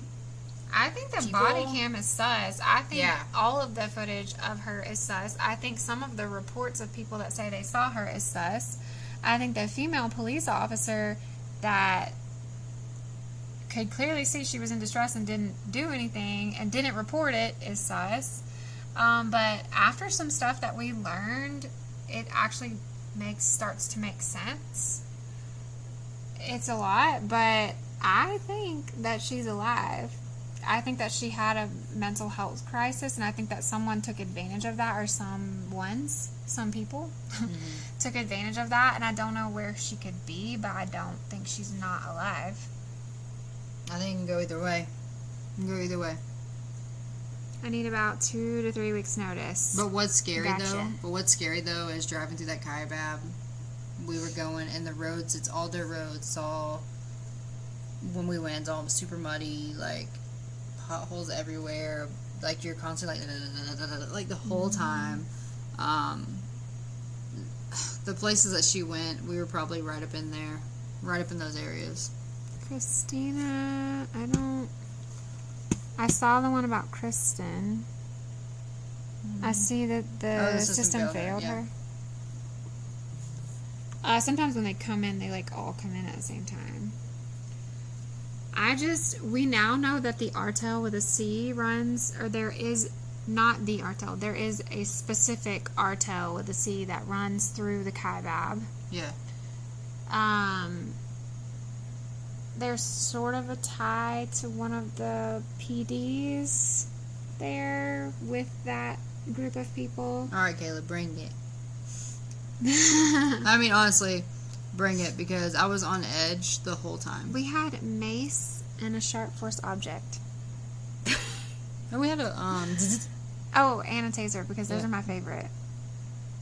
They go in my pocket, so I always wear leggings, and my leggings have this like perfect pocket on the side for your phone.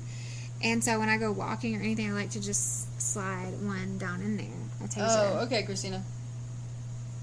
We'll have to do a Zoom meeting or something. Oh, okay. That sounds Kayla, I feel good. like we can bring Apollo. We'll be fine. Callie, when she gets grown. But yeah, we are itching to go back. We feel like we need to, because we feel like we left it unfinished, and there were certain places we couldn't go, and we know that we needed to. Yeah. So we definitely want to go back. But as soon as after January was tough, because like it was so rainy. There's a few little places we couldn't like get to because of that. Thanks, Rachel. But yeah, and then it snowed after that, so it was super snowy out there, so we're just looking for the best time to go, and we're thinking that it's going to be hopefully summertime, or like, right before summer, around that time. Yeah. That would be best. Red Flags and Body Bags. Such a great name for a podcast. Wait, voices. They were told 3 times by dispatch. Are you talking about the Chelsea Grin or booting for that? South Florida was pretty hot. I'm good with that. Yeah, I'm good. We're good with the heat. We can handle the heat. I don't do very well in the cold. If like for what we were doing, built for that. For what we were doing though, like if it was not muddy and the roads were basically, we were to get. So if I would have gotten stuck in the Kaibab Forest, the part we were in, you would never see us again. I would have freaked out. You would never see us again. Yeah, I don't know if we would have made it out. I'm telling you, it's creepy. Thanks for the follow, Maggie. Thanks, Maggie. But yeah, it's creepy. I can't. I was so scared. Then she would have had to call. Kayla, then we were SOL because we was in SOS mode. No, we actually went down this one road, and I'm very empathetic. Like, if there's heavy energy around me, it will take me over. Like, when we were evacuating Florida, I cried. I was like, I can't. It's too heavy. When the hurricane came. But we went down this one road, and I started getting overwhelmed. I'm like, it's so heavy, I can't stand it. Like, I'm like very emotional. I was like, we have to get out of here. So as we're going down that road, it starts like slipping and sliding. There's mud, and I started panicking. I was like, no, we cannot get stuck on this road. We cannot get stuck on this road. We have to leave. So we leave, and that night we're looking up stuff because we were like trying to like look stuff up in the area, like missing people, whatever. And we found that in that area there had been this group of boys that took this special needs boy out there and like beat him and took his life. And they said they were part of this CULT, that's in the area. I can't remember what the name of it was. No, it was something evil. But I had been in that area, and I was like, my gosh, like, you could feel how heavy it was out there. It was almost like satanic. Yeah, it was. It was satanic cold. It was.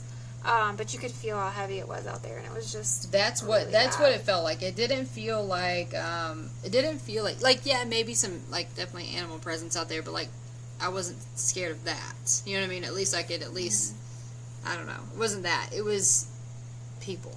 I was scared of people or something. It wasn't an animal, though. It was weird. It was very eerie. It wasn't like you felt like you're being watched by animals. It wasn't like that. It was... And we were the only ones, so we were the only people out there. So if we saw cars coming and going, like, randomly, like maybe one pass, I was freaking out. I was probably so paranoid because the way I felt was so heavy out there. And when we got out of the car, I was like, I'm going to leave the car running because I'm scared that if I turn it off, what if it doesn't start? And I was like, leave the doors open. Yeah, we were running the drones with the car door open because we would walk a little bit out and then fly the drone over, like, these canyon areas and then, like, pull it back in and then literally run back to the car. If I heard a car coming, I was booking it. Well, we went down. It was weird because Chloe had this weird intuition about this one pond. We were trying to get to the pond because we were going to put the underwater camera in. And I was just like, whatever. I turned Spotify on my phone, and I was like, if there's animals, that'll scare them away. I was just walking, like, bebopping down, and Chloe's like, I don't like it. I don't want to go down there. I don't like it. And I was like, why?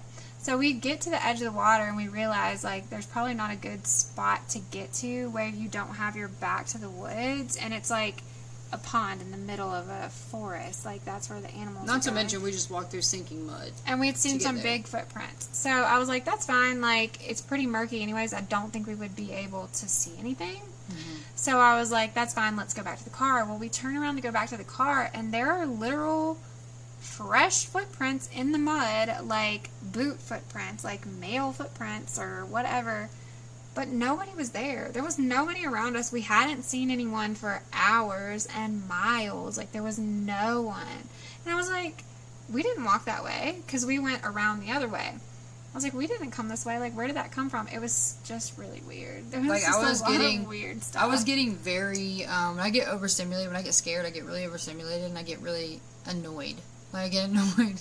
I get annoyed that I'm even existing on the grounds right now. So I was like, I don't know. I just want to get back up there. Why did I even come down here? Like, I get really overstimulated and freak out. It was like immediate, like. And I can't walk fast because we're literally in boots. We are wearing boots and we are sinking in, bibs and boots.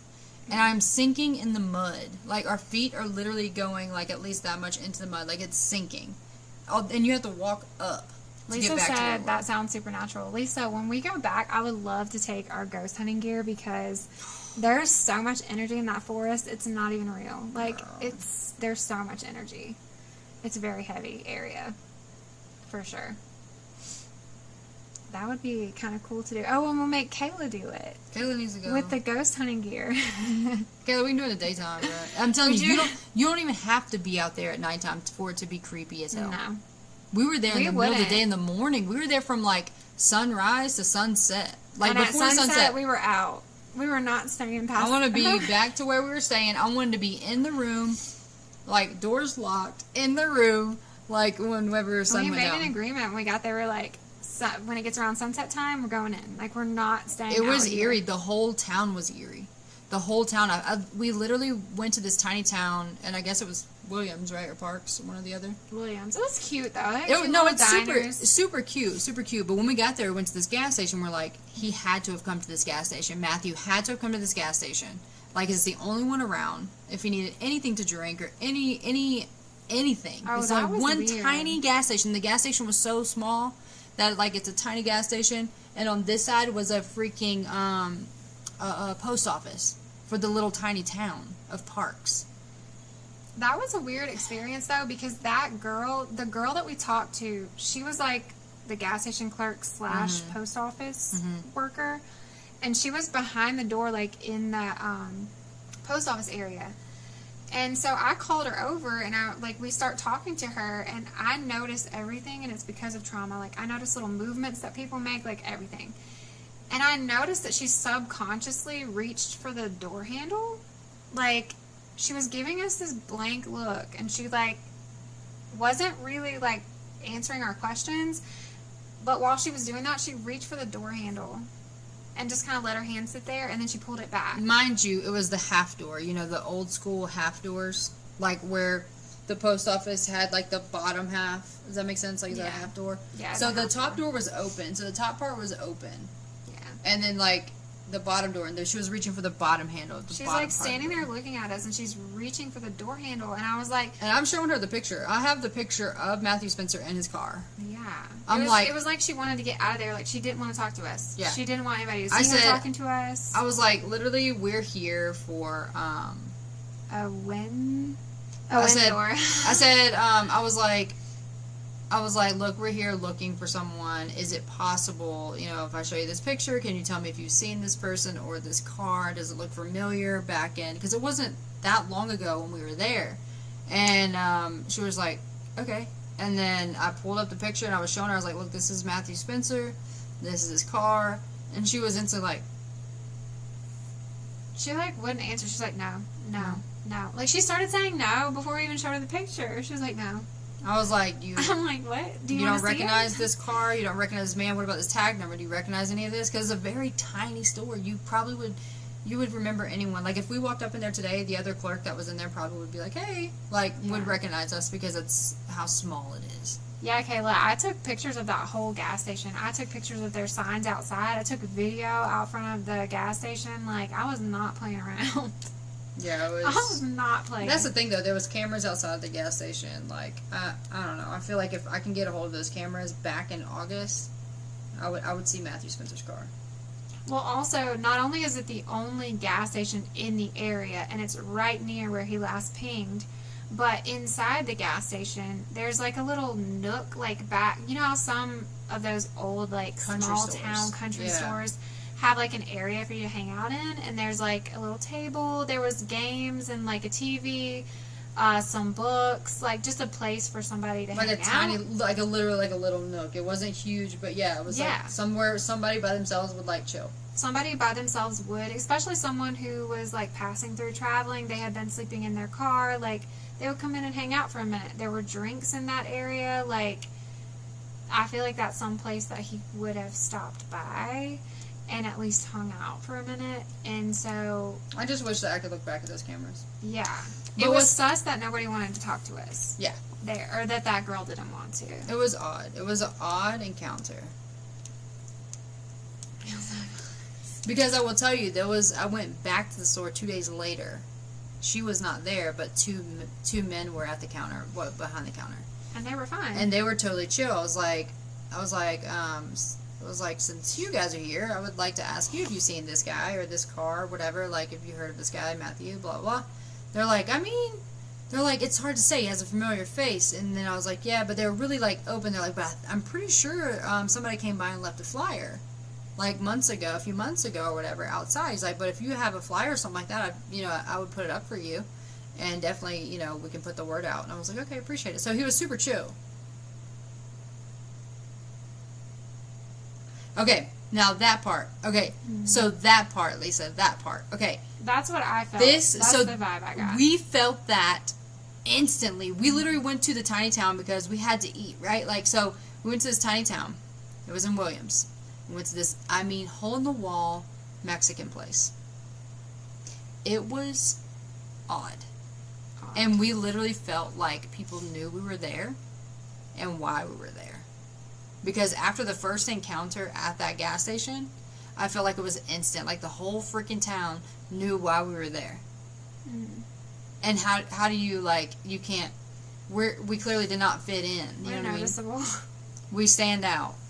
Especially me wearing bibs everywhere. I was wearing my boots and bibs everywhere. I also got this weird feeling at that Mexican restaurant, though, for two reasons. One reason is because there was a city worker that was eavesdropping on our conversation with the server. And she was super sweet. The server was super sweet. Like, I don't know that I felt any way about her. But there was a city worker who had, like, his reflective vest on or whatever. Mm-hmm. And he had just been eating lunch. And he was very obviously eavesdropping on our conversation, like standing there and like just waiting. And then he started asking us questions, like a couple questions, and then he was like, all right, and then he just left.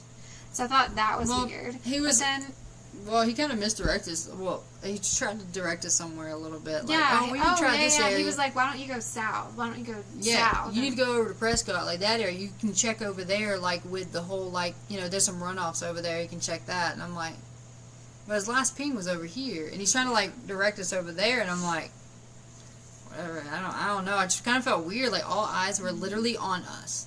They were. But also another thing about the restaurant that I thought was weird, and I don't know if Chloe got the same vibe, but I was picking it up. The girl that was doing the cash register, she looked so young. Oh, the little girl, yeah. She looked so young. She was might small. not have been. She was so tiny too. She yeah. might not have been so young, because sometimes people look really young when they're not, but she looked so young. And she seemed very nervous, and she kept, like, pulling her sleeves down while she was Yeah. talking to us. You know, like, pulling them this way, like, pulling them this way. And while she was talking to us, and Chloe was just kind of, like, asking questions, like, hey, can I ask you, have you ever seen this guy? And she was like, I'm not really from here. I haven't been here that long. I just came here. And Chloe was like, okay, well, what about the server that we had? Like, how long has she been working here? She was like, I don't really know. I don't really know. And then Chloe was like, well, who's the owner? Like, does she own this place? She was like, I don't really know who owns it. Like, she knew not to talk to us. Like, she knew, like... She said she didn't know who owned the restaurant that she was working at. Yeah, it was odd. It was so weird. It was very strange. And so when we got in the car, I was like, she seemed, like, uber nervous. Like either we weren't supposed to know who she was, or... I don't know. She just seemed very nervous.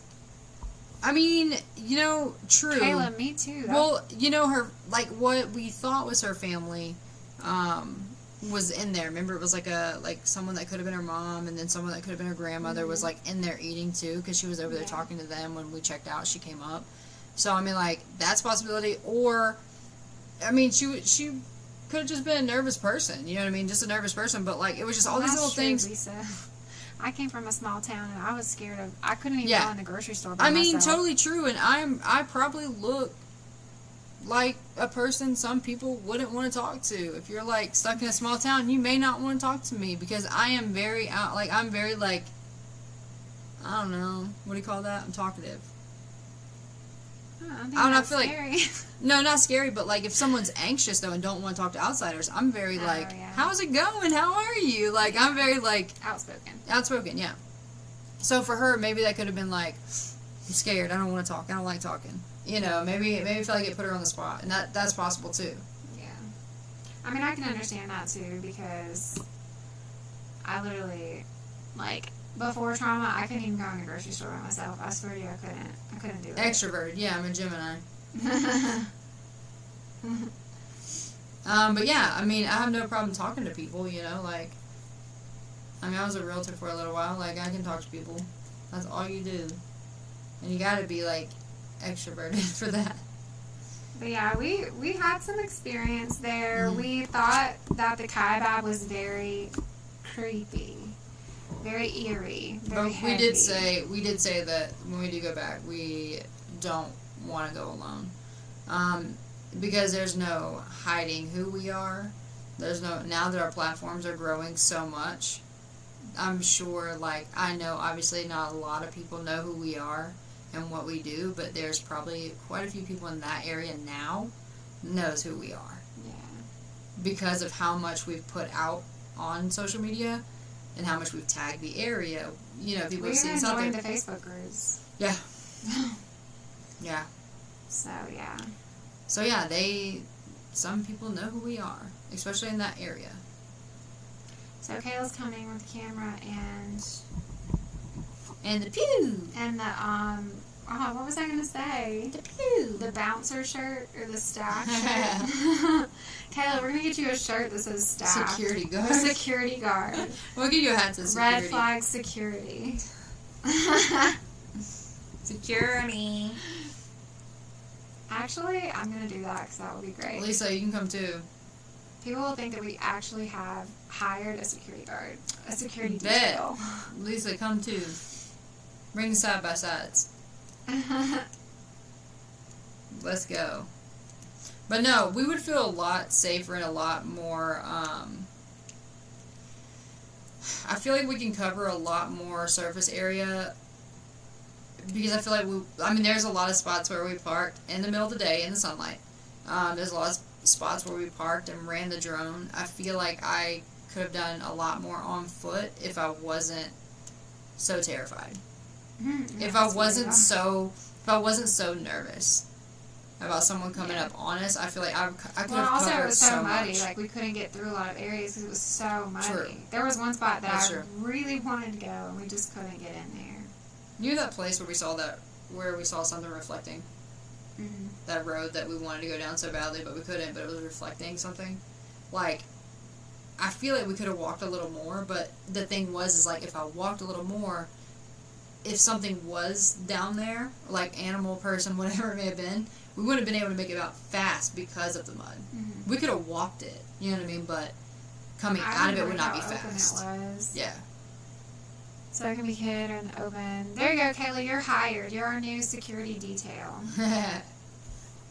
Scary dog. Bring scary dog. Send us your bill for events and search missions. I'll get you a shirt. Yeah. But the only thing is, you have to wear a hat with a red flag sticking out the top. Yeah. That's the only rule. Wait, no. Kayla has to wear Kayla has to wear the hat with the little fan on top of it. And a shirt that says, I'm the red And flag. yeah. Make it a snapback. Alright, bet. It's got the little flag on top. And Or the little backpack. Yeah. Can we dress you as our security detail? Please?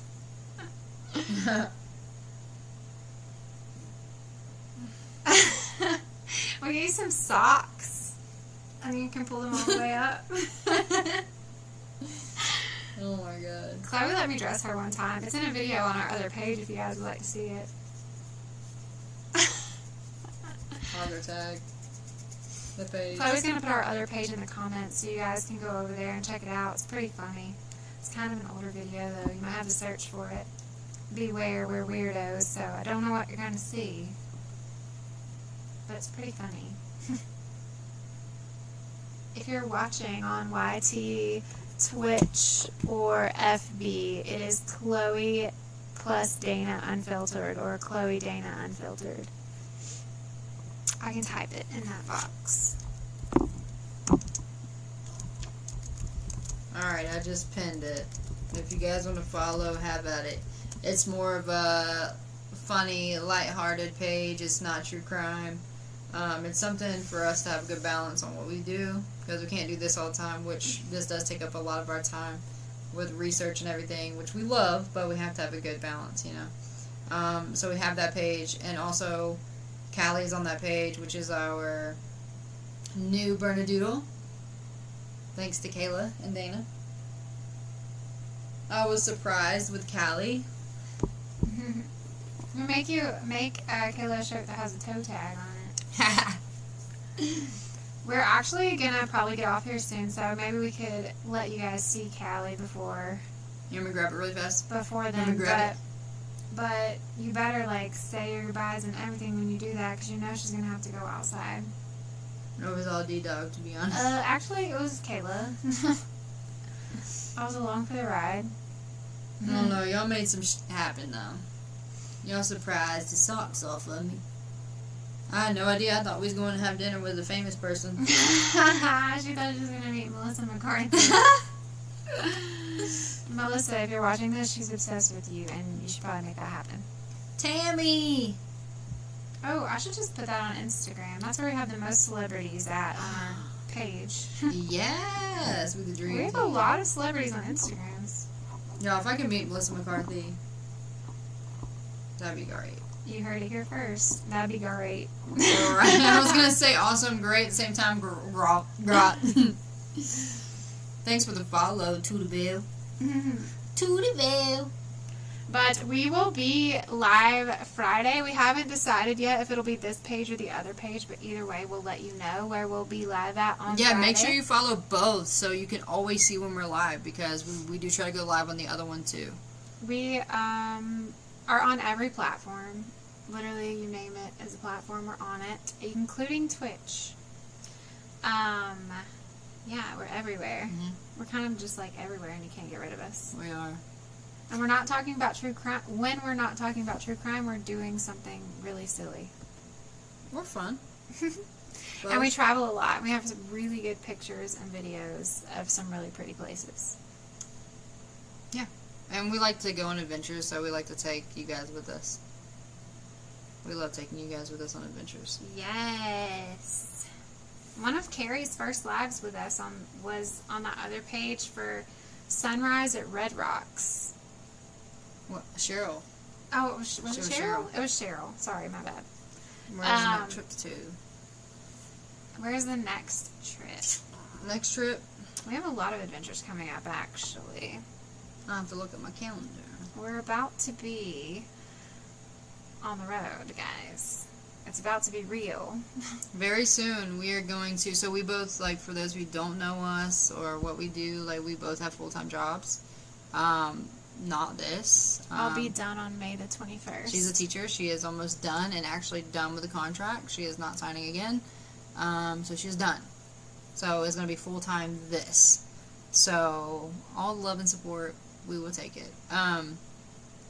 And I am a pediatric massage therapist. I work with special needs kids at a therapy center. And I don't know how long... I don't know when my last day would be, however. Deadline is August. Yeah.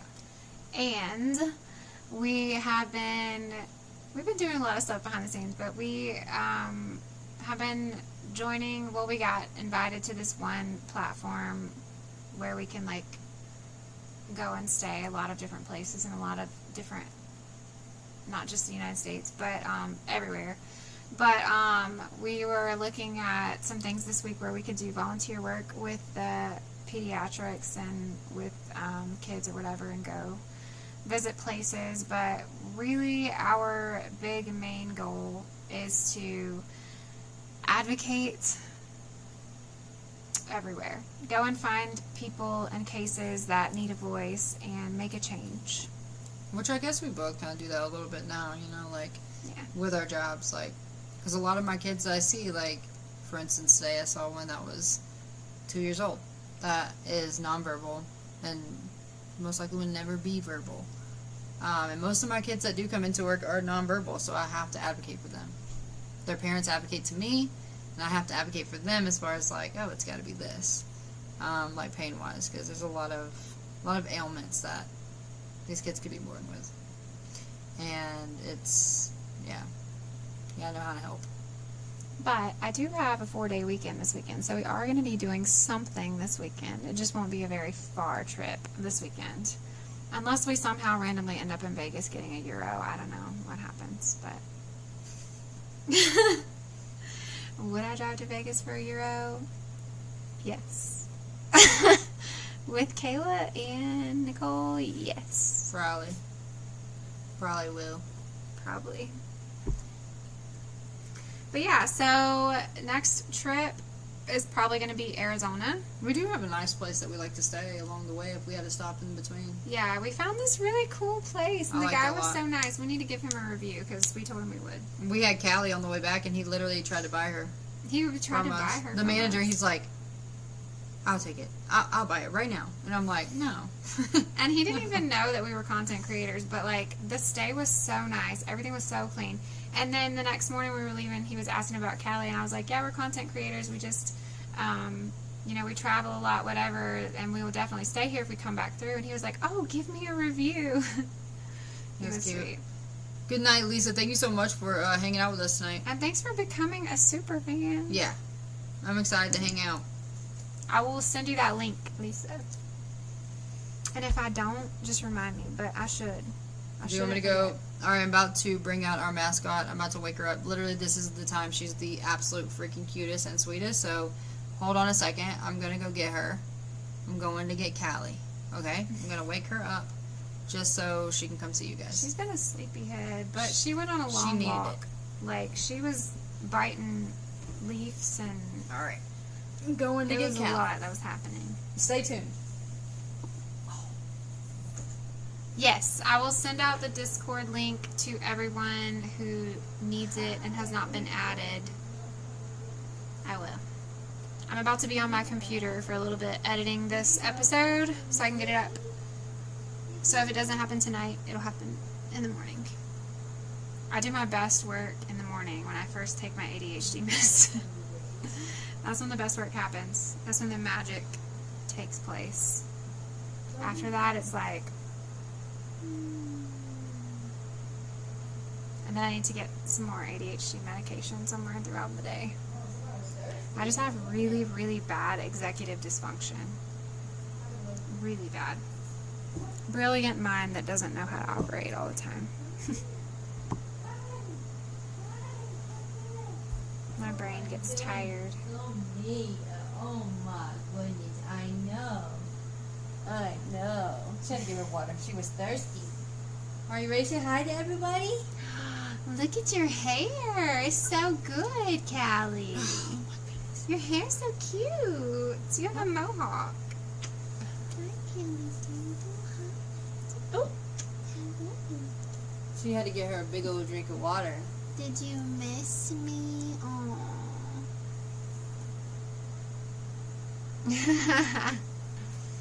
Alright, you want to say hi to everybody? There's the hiccups again. Oh, every time I get her up from She's the not nap. growing so much. I'm gonna weigh her again tonight and see how much she weighs. Say hi, everybody. She's growing fast. She was what, 13.6 today or 13.8? No, yesterday. Oh. No, it was like almost 14. It was 14 something. I'm gonna weigh her again this evening and see, but she's growing literally daily. Like she has the hiccups right now. Say hi, everybody. Oh my goodness. You say hi. Say hello. Say my name is Callie. Say, what are you guys talking about? Well, we were talking about you being a big girl, and you're gonna go with us on all of our adventures, huh? You wanna go with us on all of our adventures? Yeah.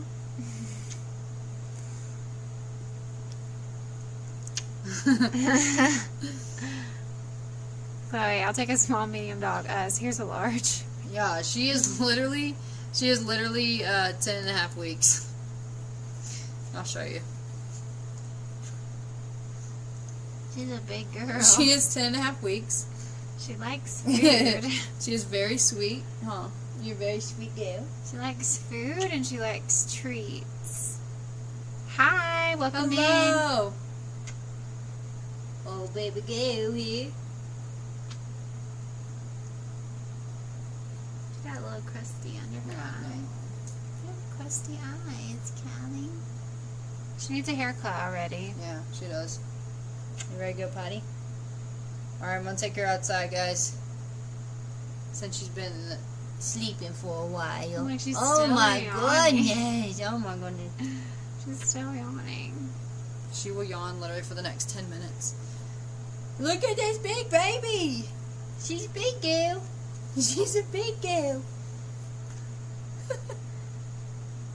It's mind-blowing to me of how big she is compared to when we literally brought her Yeah. home. Like, what the hell? Alright, good night, guys. Love you so much. I'm going to take her out to go potty. And we will see you guys back Friday. Right? Friday. We'll see you Friday. Alright, guys. Bye, Callie. Alright, we're going to get off of here, and I'm going to edit this episode, and then you guys will get it before midnight, but let's be real, you probably won't listen to it tomorrow. It's fine. But it'll be there. And we'll see you on Friday. Tomorrow, I will work on adding some of these cases that you guys sent in, too. Thanks for hanging out with us. Thanks for listening to Ashley's story.